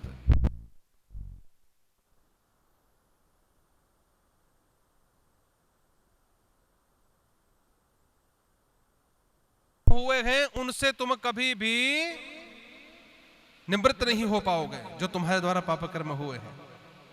मृत्यु से तो तुम निवृत्त हो गए, तुम्हारी मृत्यु नहीं होगी, तुम अमर हो गए, परंतु पाप से निवृत्त ना हुए। और भागवत रूपी जो अमृत है, इसका जो पान करता है, वो जीव जो है इस चराचर जगत में इस आवागमन के चक्कर से छूट जाता है, और सदा सदा के लिए परमात्मा श्री के चरणानुराग उसे प्राप्त हो जाते हैं, चरणार वृंद उसे प्राप्त हो जाते हैं। विचार तुमने करना है कि तुम्हें इस मृत्यु से दूर भागना है, अमर होना है, या उन अपने पापों से निवृत्त होकर सदा सदा के लिए परमात्मा श्री के चरणों को प्राप्त करना है। सुखदेव जी ने जब ये कहा तो राजर्षि परीक्षित ने कहा कि गुरुदेव, मैं तो परमात्मा की शरण को ही चाहता हूं, और जो पाप मेरे द्वारा हुआ उससे निवृत्त होना चाहता हूं। तो सुखदेव जी ने कहा कि उससे तो तुम निवृत्त हो सकते हो भागवत रूपी अमृत कथा का पान करके ही। यहां पर राजा परीक्षित वापस जाते हैं, देवताओं से कह दिया कि महाराज क्षमा, आप आए यहां पर, आपने इतना सत्कार दिया, मेरे विषय में इतना सोचा, परंतु आपके अमृत का मैं पान नहीं कर सकता, क्योंकि मुझे तो मेरे द्वारा जो पाप कर्म हुआ है उससे निवृत्त होना है, और उससे निवृत्त मुझे केवल मात्र भागवत अमृत ही कर सकता है, इसलिए कृपा करें आप जाइए। देवता लोग क्रोध में आ गए, चले गए ब्रह्मा जी के पास। ब्रह्मा जी के पास भागवत जी को दे दिया कि महाराज ये पकड़िए, ये तो बताइए जरा, इस संसार में हम समुद्र मंथन से निकले हुए अमृत को लेकर गए थे राजा परीक्षित को, उसने उसे अस्वीकार कर दिया, और भागवत जी को ही उन्होंने सर्वोत्तम माना कि मुझे तो यही चाहिए, क्या भेद है? ब्रह्मा जी ने क्या किया कि तराजू लिया, और तराजू के एक पलड़े में भागवत जी को रख दिया, और दूसरे पलड़े में इस संसार में जितने भी समग्र संसार में तत्व हैं वो सब उसमें डाल दिया।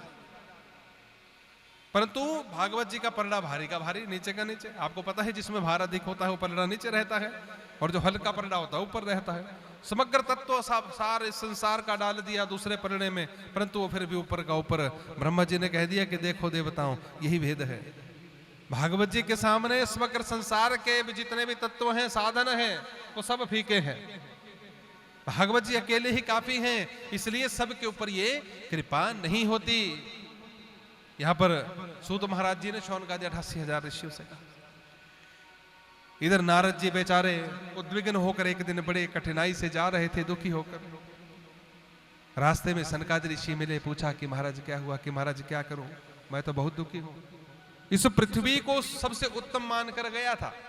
ये जो वसुंधरा मेदिनी पृथ्वी जिसके ऊपर हम आप सभी है ना, यहाँ पर मनुष्य शरीर धारण करके आए हैं। कोई चौपाल रहता है, कोई भोपाल रहता है, कोई शिमला रहता है, कोई सोलन रहता है, कोई हरिद्वार रहता है, कोई वृंदावन रहता है, कोई काशी रहता है, कोई मथुरा रहता है। इस मनुष्य शरीर को धारण करके वर्तमान समय में इसी पृथ्वी पर वो नारद जी आए थे इसे सर्वोत्तम समझकर। क्यों? क्योंकि इस पृथ्वी पर मेरे परमात्मा ने अपनी लीलाएं की है। मेरे परमात्मा के चरण चिन्हों से सिंचित ये पृथ्वी की धरा है। इसका प्रत्येक रज का कण कण भगवान जी के चरण चिन्हों से अभिसिंचित है, इसलिए इसे सर्वोत्तम समझकर यहां पर आए। परंतु यदि आप वास्तविकता सुने ना नारद जी की, तो नारद जी कहते हैं कि महाराज मुझे कहीं भी मेरे हृदय को संतोष नहीं मिला, शांति नहीं मिली। यहां पर मनुष्य तो केवल मात्र अपने उदर की पूर्ति में लगे हैं।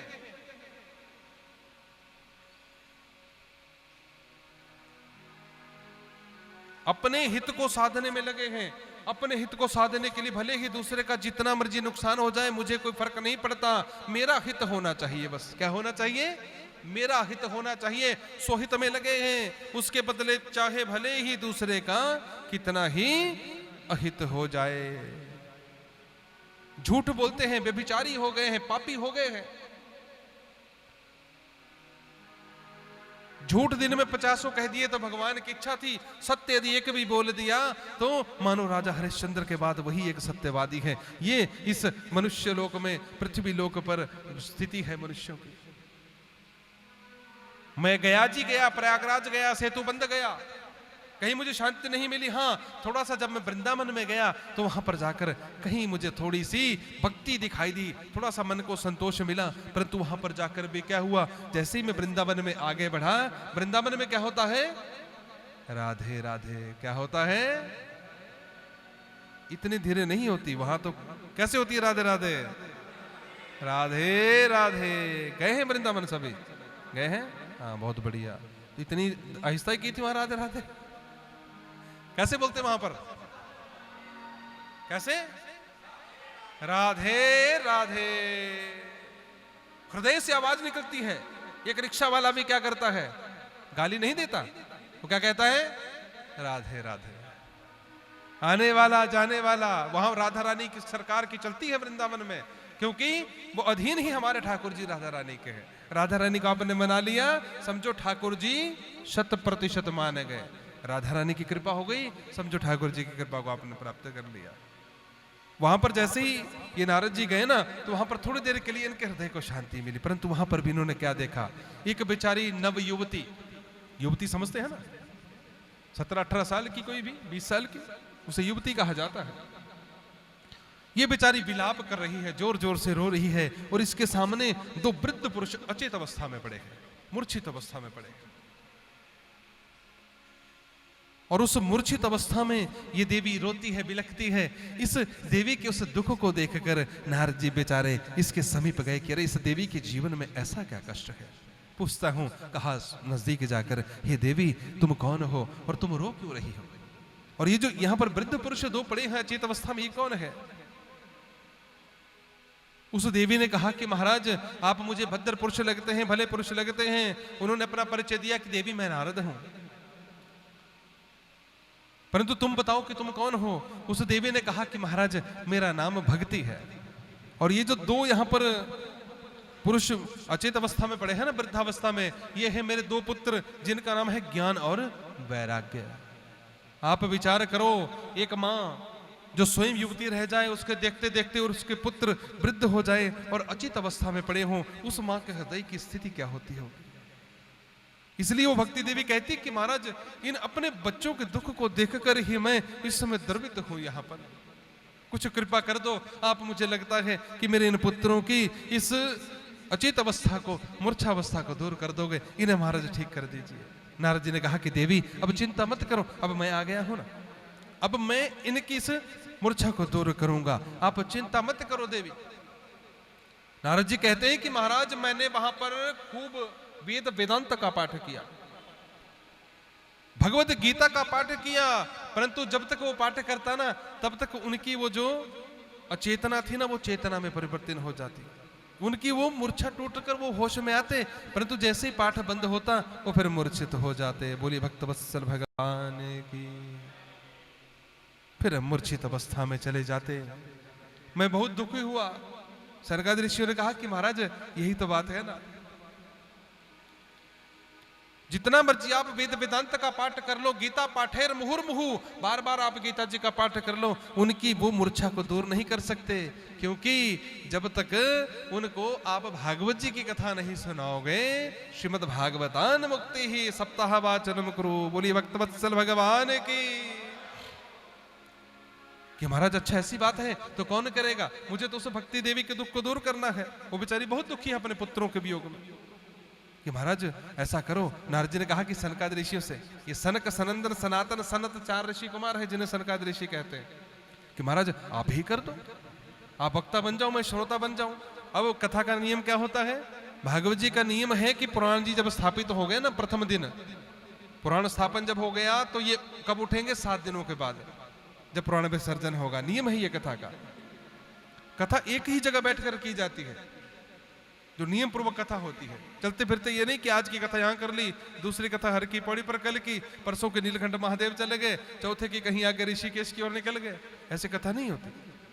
कथा को करने के लिए भागवत जी का नियम है, एक स्थान होता है, व्यासपीठ बनता है। व्यासपीठ हिलता डुलता नहीं है, एक जगह स्थापित होता है। वहां पर क्या दिक्कत थी कि वहां पर जो नारद जी है, आपको पता है कि वो 1 घड़ी से ज्यादा कहीं ठहरते नहीं। जितनी देर एक सरसों का दाना, राई का दाना एक गाय के सींग की नोक के ऊपर रखोगे ना आप, कितनी देर टिका दोगे उसको सींग के ऊपर, ठीक है, उसकी नोक के ऊपर, उतनी देर ही नारद जी एक जगह रहते हैं। वो एक जगह रह नहीं सकते, वो विचरण करते रहते हैं। और सनकादि ऋषि ज्यादा घूमते नहीं, व्यासपीठ की भी मर्यादा है। अब क्या करें, तो सनकादि ऋषि ने कहा कि देखो नियम है, नारद जी बैठना पड़ेगा कि महाराज इस देवी के दुख को दूर कर दो, मैं एक जगह बैठ लूंगा। और वहां पर तैयारी हुई, सुंदर व्यासपीठ बनाया गया। सनक सनंदन सनातन सनत 4 ऋषि कुमार बन गए वक्ता, नारद जी बन गए श्रोता। और वहां पर 3 आसन और लगा दिए गए, भक्ति ज्ञान और वैराग्य के लिए। तीनों अप्रोक्ष हैं, किसी को दिखाई नहीं देते, परंतु वहां पर बैठे हैं। जैसे ही भागवत जी की कथा प्रारंभ हुई, इनकी वो जो मूर्छा थी वो दूर होने लगी और ये चेतन अवस्था को प्राप्त हुए। 7 दिवसीय इस श्रीमद् भागवत महापारायण का जैसे ही पारायण संपन्न होता है, एकदम से इनकी मूर्छा बिल्कुल टूट जाती है और सुंदर स्वरूप धारण करके नव युवक बनकर वहां पर ये सामने बैठ जाते हैं। ऐसी है ये भागवत जी की कथा, जो सब प्रकार से सबके दुखों को दूर करने वाली है। ये कोई साधारण ग्रंथ नहीं है, ये कोई नोबल नहीं है। यदि हम विचार करें कि मनोरंजन के लिए बढ़िया है, ये तो सबके सब प्रकार से सबका कल्याण करने वाली कथा है भागवत जी की, जिसमें देखो नारद जी ने भक्ति देवी के उस दुख को दूर कर दिया है। इस भागवत जी की कथा में नारद जी ने प्रश्न किया था सनकादि ऋषियों से कि महाराज देखो, ये तो हमें पता है कि हमने कथा को सुना और कथा सुनने से सबका कल्याण हो जाता है, देखो ज्ञान वैराग्य का भी कल्याण हो गया। परंतु क्योंकि ज्ञान वैराग्य तो क्या थे, अच्छे मार्ग पर चलने वाले थे, अच्छे कर्म करने वाले थे। परंतु क्या कभी ऐसा भी होता है कि कोई पापी से पापी व्यक्ति, अधम से अधम व्यक्ति, उसके ऊपर भी कभी कृपा हुई हो, उसको भी कभी भगवान की कृपा प्राप्त हुई हो? कि हाँ अवश्य है, ऐसा हो जाता है। पापी से पापी व्यक्ति भी भागवत जी की कथा सुन ले, उसका कल्याण हो जाता है। कि महाराज बोलने से नहीं, हमें तो सिद्धांत चाहिए, सिद्ध बात चाहिए, दृष्टांत के बिना सिद्ध नहीं हो सकता। इसलिए कोई बताओ, कभी पहले कभी ऐसा हुआ तो बताओ कि हाँ। एक तुंगभद्रा नदी के किनारे सुंदर एक नगर था जिसका नाम था उत्तम नगर। क्या नाम था? उत्तम नगर। वहां पर धर्म कर्म करने वाले, त्रिकालीन संध्या करने वाले, लोगों के घर में जाकर व्रतेश्वरी करने वाले, पूजा पाठ करने वाले ब्राह्मण देवता रहते थे, जिनका नाम था आत्मदेव। क्या नाम था? आत्मदेव। जिसे अपना बोध हो जाता है, आत्म कहते हैं अपना, जिसे अपना ज्ञान हो, को हम, मैं कौन हूं, किस हेतु ये शरीर हमें मिला है, क्या सब प्रकार के विषयों का उपभोग करने के लिए शरीर मिला है, या भगवान की भक्ति करने के लिए ये शरीर मिला है? ये हाथ क्या भगवान की भक्ति करने के लिए, सेवा करने के लिए मिले हैं, या कुछ ना कुछ खाने के लिए मिले हैं? ये जीभा भगवान का सुमिरन करने के लिए मिली है, या रसों का स्वादन करने के लिए मिली है? ये पांव नाचने के लिए मिले हैं डीजे के ऊपर, ये भगवान के लीला धाम में जाने के लिए मिले हैं, यात्रा करने के लिए मिले हैं भगवान की। ये कान बुरी बातों को सुनने के लिए, चुगली निंदा सुनने के लिए मिले हैं, या भगवान के शब्द को सुनने के लिए, नाम को सुनने के लिए मिले? ये निर्णय हमें करना होता है। यहां पर जो आत्मदेव जी थे त्रिकालीन संध्या करने वाले, आत्म कहते हैं स्वयं को, जिसे अपना ज्ञान हो गया हो कि मैं कौन हूं, किस हेतु ये शरीर मिला है, उन्हें ये ज्ञान था।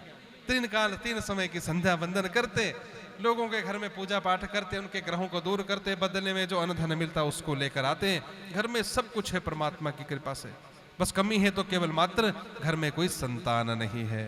और सबसे बड़ा दुख होता है इस संसार में ये।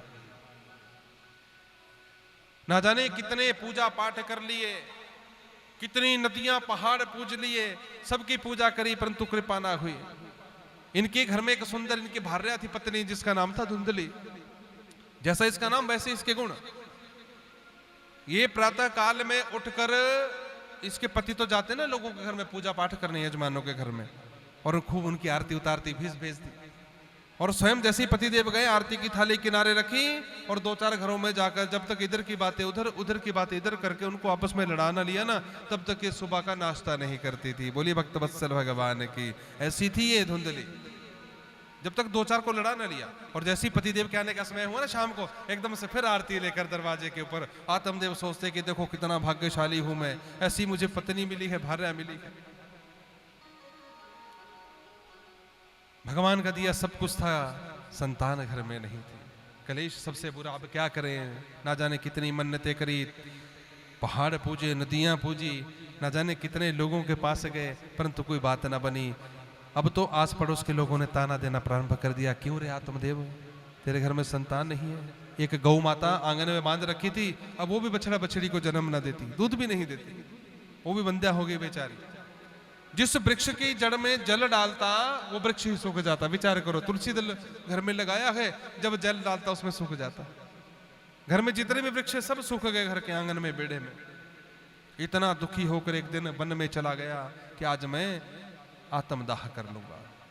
रो रहा था जोर जोर से। इतने में वहां से एक संत महाराज जी आए, और संत महाराज जैसे ही आए, उन्होंने देखा कि कोई ब्राह्मण देवता है और यहां पर रो रहा है, कारण क्या होगा? पूछा कि महाराज आप कौन हैं? और मुझे लगता है कि आप कोई ब्राह्मण है। इस तरह से आपके रोने का क्या कारण है? आपकी मस्तिष्क की यदि इन रेखाओं को देखता हूं तो आप तो कोई तेजस्वी ब्राह्मण है, कर्मकांडी ब्राह्मण है, परंतु आपके इस दुख का कारण क्या है, मुझे बताओ। आत्मदेव कहते हैं कि महाराज मेरा नाम आत्मदेव है, मेरे घर में भगवान का दिया सब कुछ है, बस संतान नहीं है। लोग ताने देते हैं, महाराज इतना ही नहीं, संतान ना होती कोई बात नहीं, लोग कहते हैं कि क्यों रे आत्मदेव तेरे घर में एक तो ना तो पुत्र है, गाय घर के आंगन में एक गौ माता है, वो भी बंध्या है, बछड़ा बछड़ी को जन्म ना देती, ना ही दूध देती है। जिस वृक्ष की जड़ में जल डालता हूं महाराज, वो वृक्ष ही सूख जाता है। विचार करो, मैं जिक्र क्या करूंगा। संत महाराज ने देखा, अपने योग बल के द्वारा देखते हैं और देखकर कहते हैं, कह रहे सुन भाई आत्मदेव, इस जन्म में तो क्या, आने वाले 7 जन्मों में तेरे भाग्य में संतान नहीं है। मैं जहां तक देख पा रहा हूं, तुम्हारे प्रत्येक जन्म में मुझे अग्नि ही दिखाई दे रही है लगी हुई, विशेषकर संतान पक्ष में। इसलिए चिंता मत करो, कोई बात नहीं। आत्मदेव कहा माने, उसने कह दिया कि महाराज मुझे पता है कि संतों में वो सामर्थ्य होता है जो परमात्मा के लिखे हुए को भी टाल सकता है, विधाता के लिखे हुए को टाल सकते हैं संत, इसलिए कृपा करो। संत महाराज ने कहा कि देखो, जो हमें परमात्मा देते हैं ना सुलभता से, उसे हमें स्वीकार करना चाहिए। कई बार जीवन में यदि हम जबरदस्ती किसी चीज को प्राप्त करने के लिए प्रयास करते हैं ना, तो उसमें फिर उसका जो परिणाम होता है वो शुभ नहीं होता, अच्छा नहीं होता। अब आत्मदेव कहा माने, आत्मदेव ने कहा कि महाराज यदि आप कृपा करते हो तो ठीक है, अन्यथा फिर मैं आपके सामने ही आत्मदाह कर लूंगा। संत महाराज ने कहा कि भैया ऐसा तो मत करना ना मेरे सामने, तुम ऐसा करो कि आत्मदाह तो मत करो, मैं कुछ व्यवस्था करता हूं। अपनी झोली से एक फल निकालते हैं, आत्मदेव को दे दिया कि जाओ अपनी पत्नी को इसे खिला देना। उसको खाकर वो सगर्भा हो जाएगी, तुम्हारे घर में संतान हो जाएगी। आत्मदेव बेचारे दौड़े दौड़े उस फल को लेकर घर गए, अपनी पत्नी को दिया कि संत महाराज की कृपा हुई, लो इस फल को खाना, हमारे घर में संतान हो जाएगी। धुंधली पति के सामने तो कुछ ना कहती कि महाराज रख दो, मैं पहले स्नान ध्यान करूंगी, भगवान का भजन करूंगी, फिर इस भोग को ग्रहण करूंगी। आत्मदेव चले गए। धुंधली की एक बहन वहां पर आई थी, उसने कहा कि अरे दीदी, ना जाने इन संतों का क्या भरोसा, कोई जादू टोना इसमें कर दिया हो, तुम वैसे ही पागल होगी तब क्या करोगी। और दूसरा सुनो, गर्भवासम दुखम सुकुमारी कथम सहित, गर्भ के समय जो पीड़ा होती है उसको एक कुमारी कन्या सहन नहीं कर सकती जिसने प्रसव ना दिया हो, बच्चे को जन्म ना दिया हो। इसलिए दीदी रहने दो। मैं तो तुम्हें एक बात बताऊं, तुम्हारे घर में देखो अन्न धन इतना है, खाने वाला कोई ना है आगे, और मेरे घर में संतान 5-6 है, 7वां फिर होना है मेरे बालक। संतान बहुत है, खाने के लिए ना अन्न है ना धन है। इसलिए ऐसा करो, एक युक्ति बताती हूं, तुम ऐसा करो कि तुम नाटक कर लो कि मेरे बालक होना है, पेट में कुछ वस्त्र इत्यादि बांध कर, और जीजा जी तो वैसे बेचारे सीधे हैं, इनको नहीं लगेगा पता, और मेरे जब ये बालक होगा ना तो मैं तुम्हारे पास इसे छोड़कर चली जाऊंगी, तुम इसे रख लेना, बदले में मुझे कुछ धन दे देना। और बढ़िया लगा धुंधली को ये बात कि हाँ, कहती तो तुम ठीक हो। जब बालक पेट में होता है, उदर में होता है, बालक का जब जन्म होना होता है, उदर बड़ा हो जाता है, उस समय यदि कहीं बाढ़ आ गई तो उस समय पहाड़ों की तरफ चढ़ना पड़ता है, तो इतने बड़े उदर को पेट को लेकर मैं कैसे ऊपर चढ़ूंगी। और भूकंप यदि आ गया तो भागना पड़ेगा, कैसे भागूंगी, सब भाग जाएंगे। इसलिए मुझे तो भैया मां नहीं बनना, इस तरह से मुझे प्रसव नहीं देना। तो तब बहन की बात को मान लिया और वो स्वयं नाटक करने लगी धुंधली। इधर समय व्यतीत हुआ, 3 की महीने बाद वो धुंधली आ गई। धुंधली की बहन आ गई, बालक को लेकर, पुत्र हुआ था, 1 महीना लग गया उसके घर को आते आते, दे दिया बहन को कि ओ बहन, ये जो बालक है ये मेरे हुआ, आज से ये तुम्हारा हुआ। और धुंधली भी खूब सारा धन अपनी बहन को दिया और वो निकलती बनी। इधर आत्मदेव यजमानों के घर में गए थे, और वो जो फल दिया था ना, वो फल स्वयं नहीं उसने खाया, जो संत महाराज ने फल दिया था वो घर के आंगन में जो गाय बांध रखी थी ना, उसको वो फल खिला दिया था। बोली भक्त वत्सल भगवान की परीक्षा भी हो जाएगी, कितने पहुंचे हुए साधु हैं। देखो संतों की परीक्षा लेने चली थी। इधर उस बालक को लेकर आई धुंधली की बहन, धुंधली ने रख लिया, उसे धन दे दिया। शाम को जैसे ही आत्मदेव जी आए, अभी 3 महीने हुए थे उस बात को जो महाराज ने फल दिया था, शाम को देखते हैं वहां पर बालक रो रहा है घर में। करे धुंधली, सुनिए किसका बालक है। अब विचार करो, जिस घर में कभी छोटे बच्चे के रोने की आवाज कभी आई ही ना हो, बच्चों की किलकारियां कभी खिली ही ना हो, जिस घर में, उस घर में यदि बालक की रोने की आवाज आए, नवजात शिशु की, करे सुन धुंधली, ये किसका बालक रो रहा है। कि महाराज कमाल करते हो, घर हमारा है तो बालक भी हमारा ही होगा। कह रहे वो कैसे, ये बालक कहां से आ गया। कि महाराज संत महाराज ने फल दिया था, उसका फल है, देखो पुत्र ने जन्म लिया है। आत्मदेव मन में विचार करें कि अभी तो धुंधली 3 महीने की, महाराज संतों का दिया हुआ फल है, ये बालक कोई 9 महीने थोड़ी ना इंतजार करता, ये तो 3रे महीने में ही जन्म ले लिया। कि अच्छा चलो बेचारे सीधे साधे हो सकता है। परंतु धुंधली एक बात सुनो, इसके तो बाल बड़े बड़े, मुख बड़ा बड़ा, मुझे तो ऐसा लगता है कि इसकी आयु ज्यादा है, तो कोई 1 महीने का है। अब उन्हें कैसे पता था। अब रोज लोगों के घर में जाते पूजा पाठ करवाने, नामकरण संस्कार करवाते हैं, तो 11 दिन का बालक होता है, 10-11 दिन का जब नामकरण होता है, तो पंडित जी उस दिन तो देखते ही यजमान के बच्चे को, कितना किसका मुख है, कितना किसका शरीर है। आत्मदेव ने कहा कि धुंधली कुछ मुझे बड़ा लगता है, 1.5 महीने का। कि नहीं नहीं महाराज, संतों का दिया हुआ फल है, हो सकता है कल को तो ये चलना भी प्रारंभ कर देगा। बोली भक्त वत्सल भगवान की। आत्मदेव बेचारे बड़े प्रसन्न हुए कि पुत्र रत्न की प्राप्ति हुई। इधर गाय को जो फल दिया था, उसने भी एक बालक को जन्म दिया। भेद इतना था कि उसके जो कान थे ना, वो गाय की तरह थे उसके कान, और शरीर मनुष्य की तरह। नामकरण की बारी आई तो आत्मदेव ने सोचा कि मेरा पुत्र हुआ है, इसका मेरा नाम है आत्मदेव, इसका नाम रखूंगा परमात्मदेव। धुंधली से कहा कि मैंने नाम सोच लिया है पुत्र का, इसका नाम परमात्मदेव रखूंगा। धुंधली कहे कि हाँ महाराज, ये बढ़िया बात है, उदर में मैंने रखा, पेट में मैंने रखा बालक को, जन्म मैंने दिया, प्रसव की पीड़ा को मैंने सहन किया, और नाम रखने की बारी आ गई तो आप आगे आगे कि मैं रखूंगा नाम। ऐसा नहीं होगा, मैंने इसे जन्म दिया है, नाम भी मैं रखूंगी। कि क्या नाम रखोगी। कि मेरा नाम है धुंधली और मेरे पुत्र का नाम होगा धुंधुकारी। क्या नाम होगा। धुंधुकारी। आत्मदेव ने कहा कि ठीक है भैया, जैसी तेरी इच्छा। नाम रख दिया धुंधुकारी। इधर गाय ने जिस बालक को जन्म दिया था उसका नाम रखा आत्मदेव ने। गाय की तरह कान थे, इसके लिए नाम रख दिया गोकर्ण। अब ये जो गोकर्ण थे ये पिता के सानिध्य में रहते। देखो ना, विचार करना कि संगत का कैसा असर होता है, बच्चों में संस्कार कैसे पड़ते हैं। ये पिता के साथ रहते, पूजा कैसे करते हैं, पूजा की क्या विधि होती है, कैसे अपने से बड़ों से बात करते हैं, तो ये बच्चे का किससे सीखते हैं? अपने माता पिता से, अपने बुजुर्गों से, अपने घर वालों से।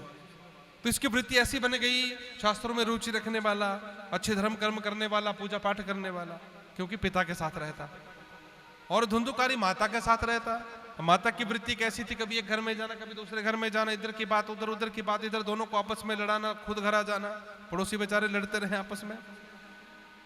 बच्चा भी ऐसे ही हुआ आगे, वो भी इधर कभी जाता कभी उधर जाता, कभी एक के बच्चे को मार के आ जाता, कभी दूसरे के बच्चे को चोट पहुंचा के आ जाता।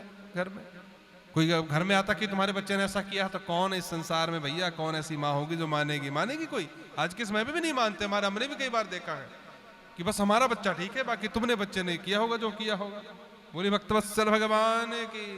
धुंधली भी ऐसी ही थी, ना मानती। और इसका लाड प्यार का फल क्या मिला? बिगड़ गया धुंधुकारी।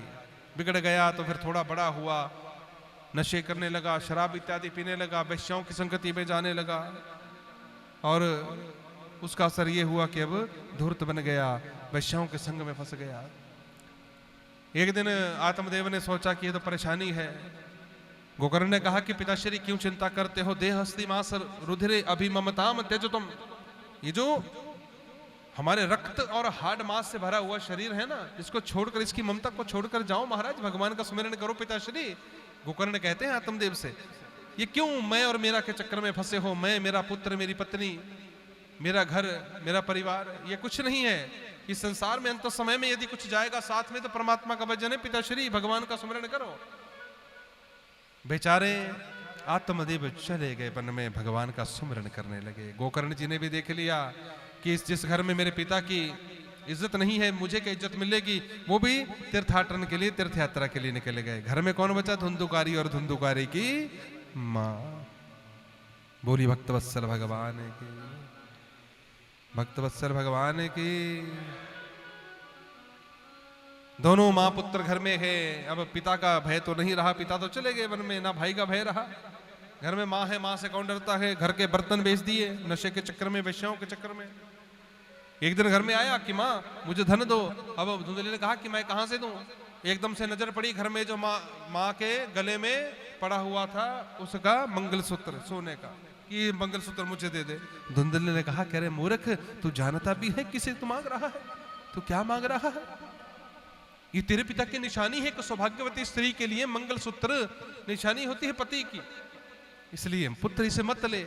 अब धुंधुकारी कहां सुने, माता के गले से छीन कर ले गया उस मंगलसूत्र को। आज उस धुंधली को दुख हुआ जीवन में कि मेरे पति कहते थे किसी सिर के ऊपर मत चढ़ा। नहीं मैं मानी। जब श्राद्ध करके आता कोई आस पड़ोस के लोग कहते तो फिर भी इसका पक्ष लेती थी। आज देखो, आज मेरे सौभाग्य की उस निशानी को गले से निकाल कर ले गया मंगलसूत्र को। खूब बिलक बिलक कर रोई और उसी रात को घर के आंगन में कुआं था, उस कुएं में कूद गई और आत्महत्या कर ली। अब घर में भय किसी का ना रहा।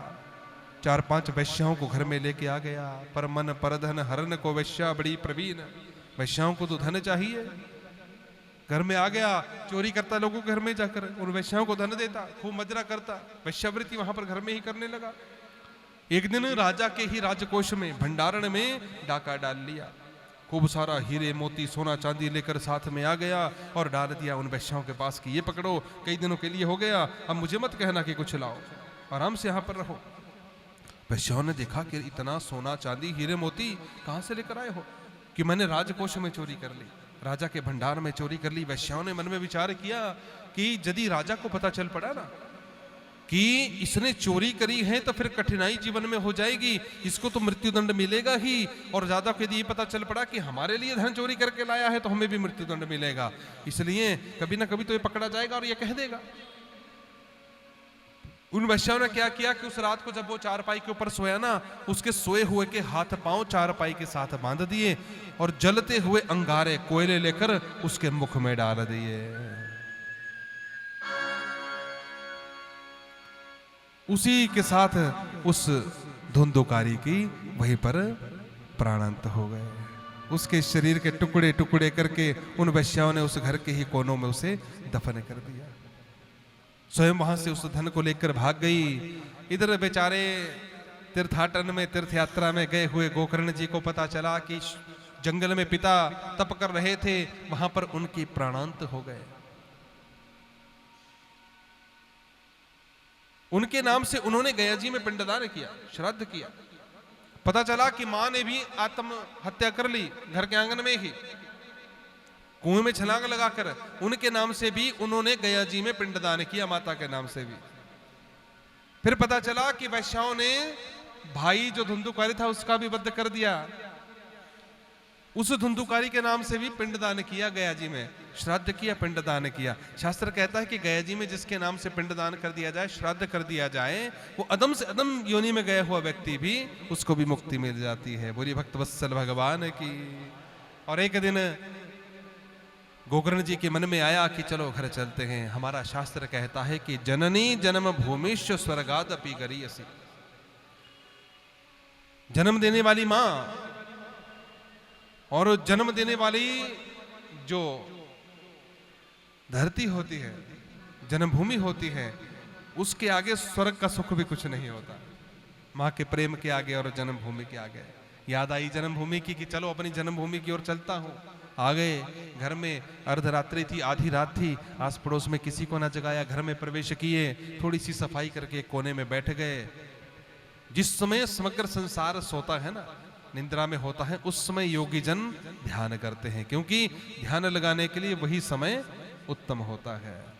ये भी एक चौकड़ी लगाकर बैठ गए पद्मासन में। गोकर्ण जी ध्यान लगाने लगे, और जैसी ध्यान लगावे, कभी कोई भेड़े की शक्ल में, कभी कोई भैंसे की शक्ल में, कभी कोई बकरे की आवाज निकाले, मेमने की आवाज निकाले, भांति भांति की आवाज निकलने लगी। आंख खोली, गोकर्ण जी ने पूछा कि भैया तुम कौन हो, सामने क्यों नहीं आते?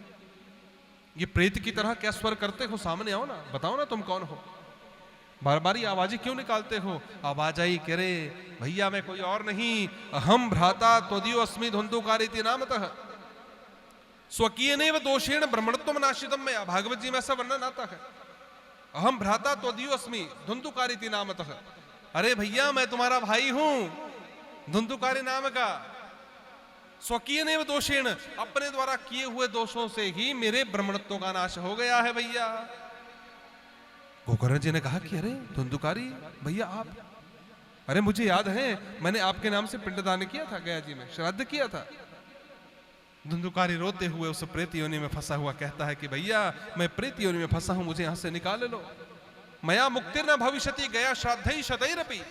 गया जी में 100 बार भी अगर मेरे नाम से तुम श्राद्ध कर दोगे ना, तब भी मेरी मुक्ति नहीं हो सकती, क्योंकि ऐसे इतने कुकर्म मेरे द्वारा किए गए हैं, इतने कुकर्म मैंने किए हैं जीवन में। इसलिए मुझे क्या करो, इस अधम योनि से निकालो, प्रेत योनि से निकालो।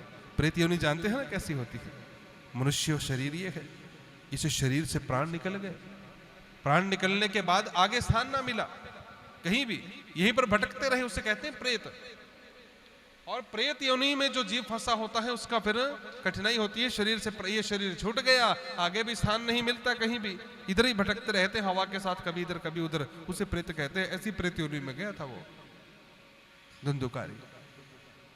गोकर्ण जी ने कहा कि गया जी में श्राद्ध किया, पिंडदान किया कि महाराज इतने मैंने बुरे कर्म पाप कर्म किए थे, 100 बार भी यदि मेरे नाम से श्राद्ध कर दोगे ना गया जी में, तब भी मेरी मुक्ति नहीं हो सकती।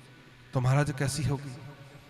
कि महाराज बस मुझे इस प्रेत योनि से निकाल दो, मुक्त करा दो।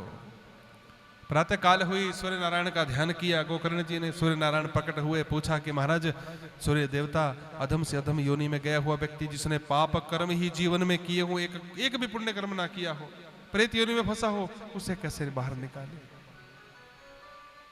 यहां पर सूर्य नारायण ने भी वही बात कही कि श्रीमद् भागवतान मुक्ति ही सप्ताह वाचनम कुरु।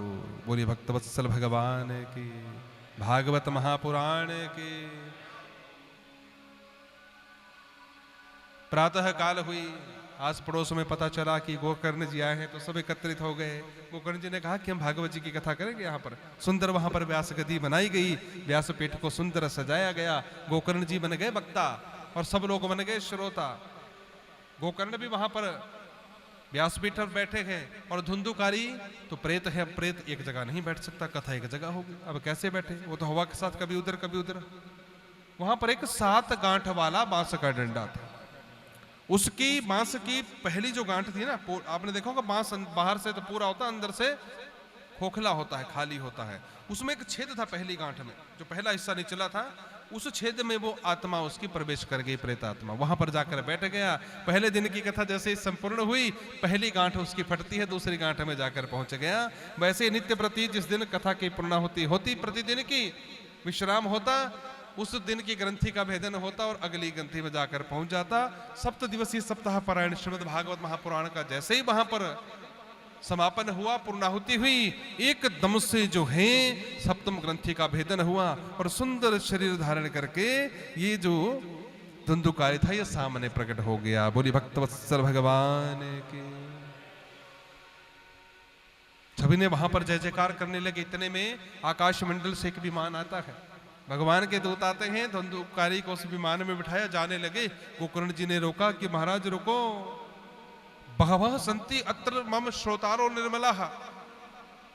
यहाँ पर बहुत सारे मेरे ऐसे भक्त बैठे हैं, श्रोता बैठे हैं जिन्होंने कथा को सुना। ये तो कोई बात ना बनी कि एक विमान लेकर आए भगवान जी का, एक आदमी को उठाया बिठाया और चल दिए। भैया ऐसा ना बनेगा, इतने सारे मेरे भक्त बैठे हैं, इन सब ने कथा सुनी, इन्होंने क्या गलती की है, इनके लेकर विमान लेकर आओ।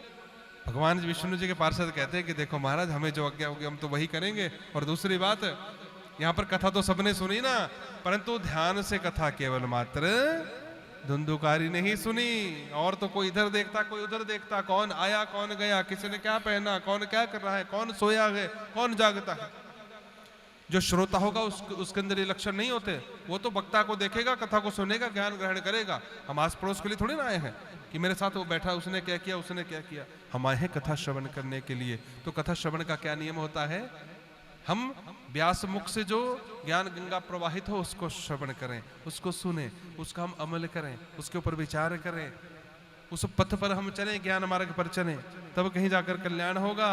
और गोकर्ण जी ने कहा कि अच्छा ऐसी बात है कि हाँ महाराज।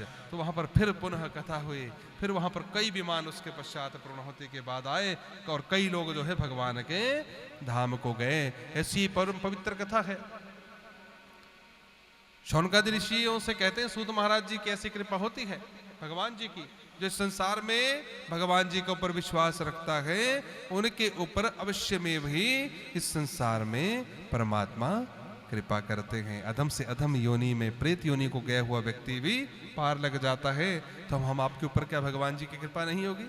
होगी ना कृपा। कैसे होगी ये कहेंगे अब कल की कथा में। आज की कथा में यहीं पर विश्राम लेते हैं। कल का हमारा कथा का समय रहेगा 1 बजे से 4 बजे तक है, ठीक है। और सायंकालीन आरती का आपने देख लेना जैसे व्यवस्था बनेगी, क्योंकि हमने किसी को बुलाने तो जाना नहीं है, सब लोग यहीं पर हैं। जैसे व्यवस्था बनेगी वैसे ही आरती कर लेना। वीरेंद्र जी की इच्छा थी कि हम गंगा जी की आरती उतारा करेंगे, तो यथासंभव जो भी व्यवस्था बनेगी वो हरी इच्छा, गंगा मैया की इच्छा और आप सबकी इच्छा, ठीक है। जैसे जैसे आपको सुलभ लगे, आपने मन में कुछ ना रखना है, बस कहना है कि ये होना चाहिए, होने योग्य कार्य होगा तो अवश्य होगा, ठीक है। क्योंकि बढ़िया से ऐसा सुंदर संयोग बना है और ना जाने कृपा परमात्मा की इतने सुंदर संयोग में। परम पवित्र आज शिवरात्रि है और महाशिवरात्रि का सुंदर पर्व। कल चलना है ना सबने स्नान करने प्रातः काल में। हाँ, कल क्या है? क्या है कल? अमावस्या है कल। देखो तो देखते हैं, यदि हरि इच्छा हुई तो हरि की पौड़ी प्रातः काल में ब्रह्म मुहूर्त में चलेंगे सब। होती तो हरि की इच्छा है, बाकी होए सो ही जो राम रचि राखा, का करूं तर्क बढ़ा वही शाखा। तो आज की कथा हमको यहीं पर विश्राम, इसी कामना के साथ कि आप सबके ऊपर भगवान जी की कृपा बरसती रहे, आप सबकी मनोकामनाएं पूर्ण हो, आप सबके कष्टों को भगवान जी हरे, आप सबकी मनोकामना की पूर्ति परमात्मा करें। सर्वे भवन्तु सुखिनः, सर्वे सन्तु निरामयः, सर्वे भद्राणि पश्यन्तु, मा कश्चित् दुःख भाग् भवेत्। अब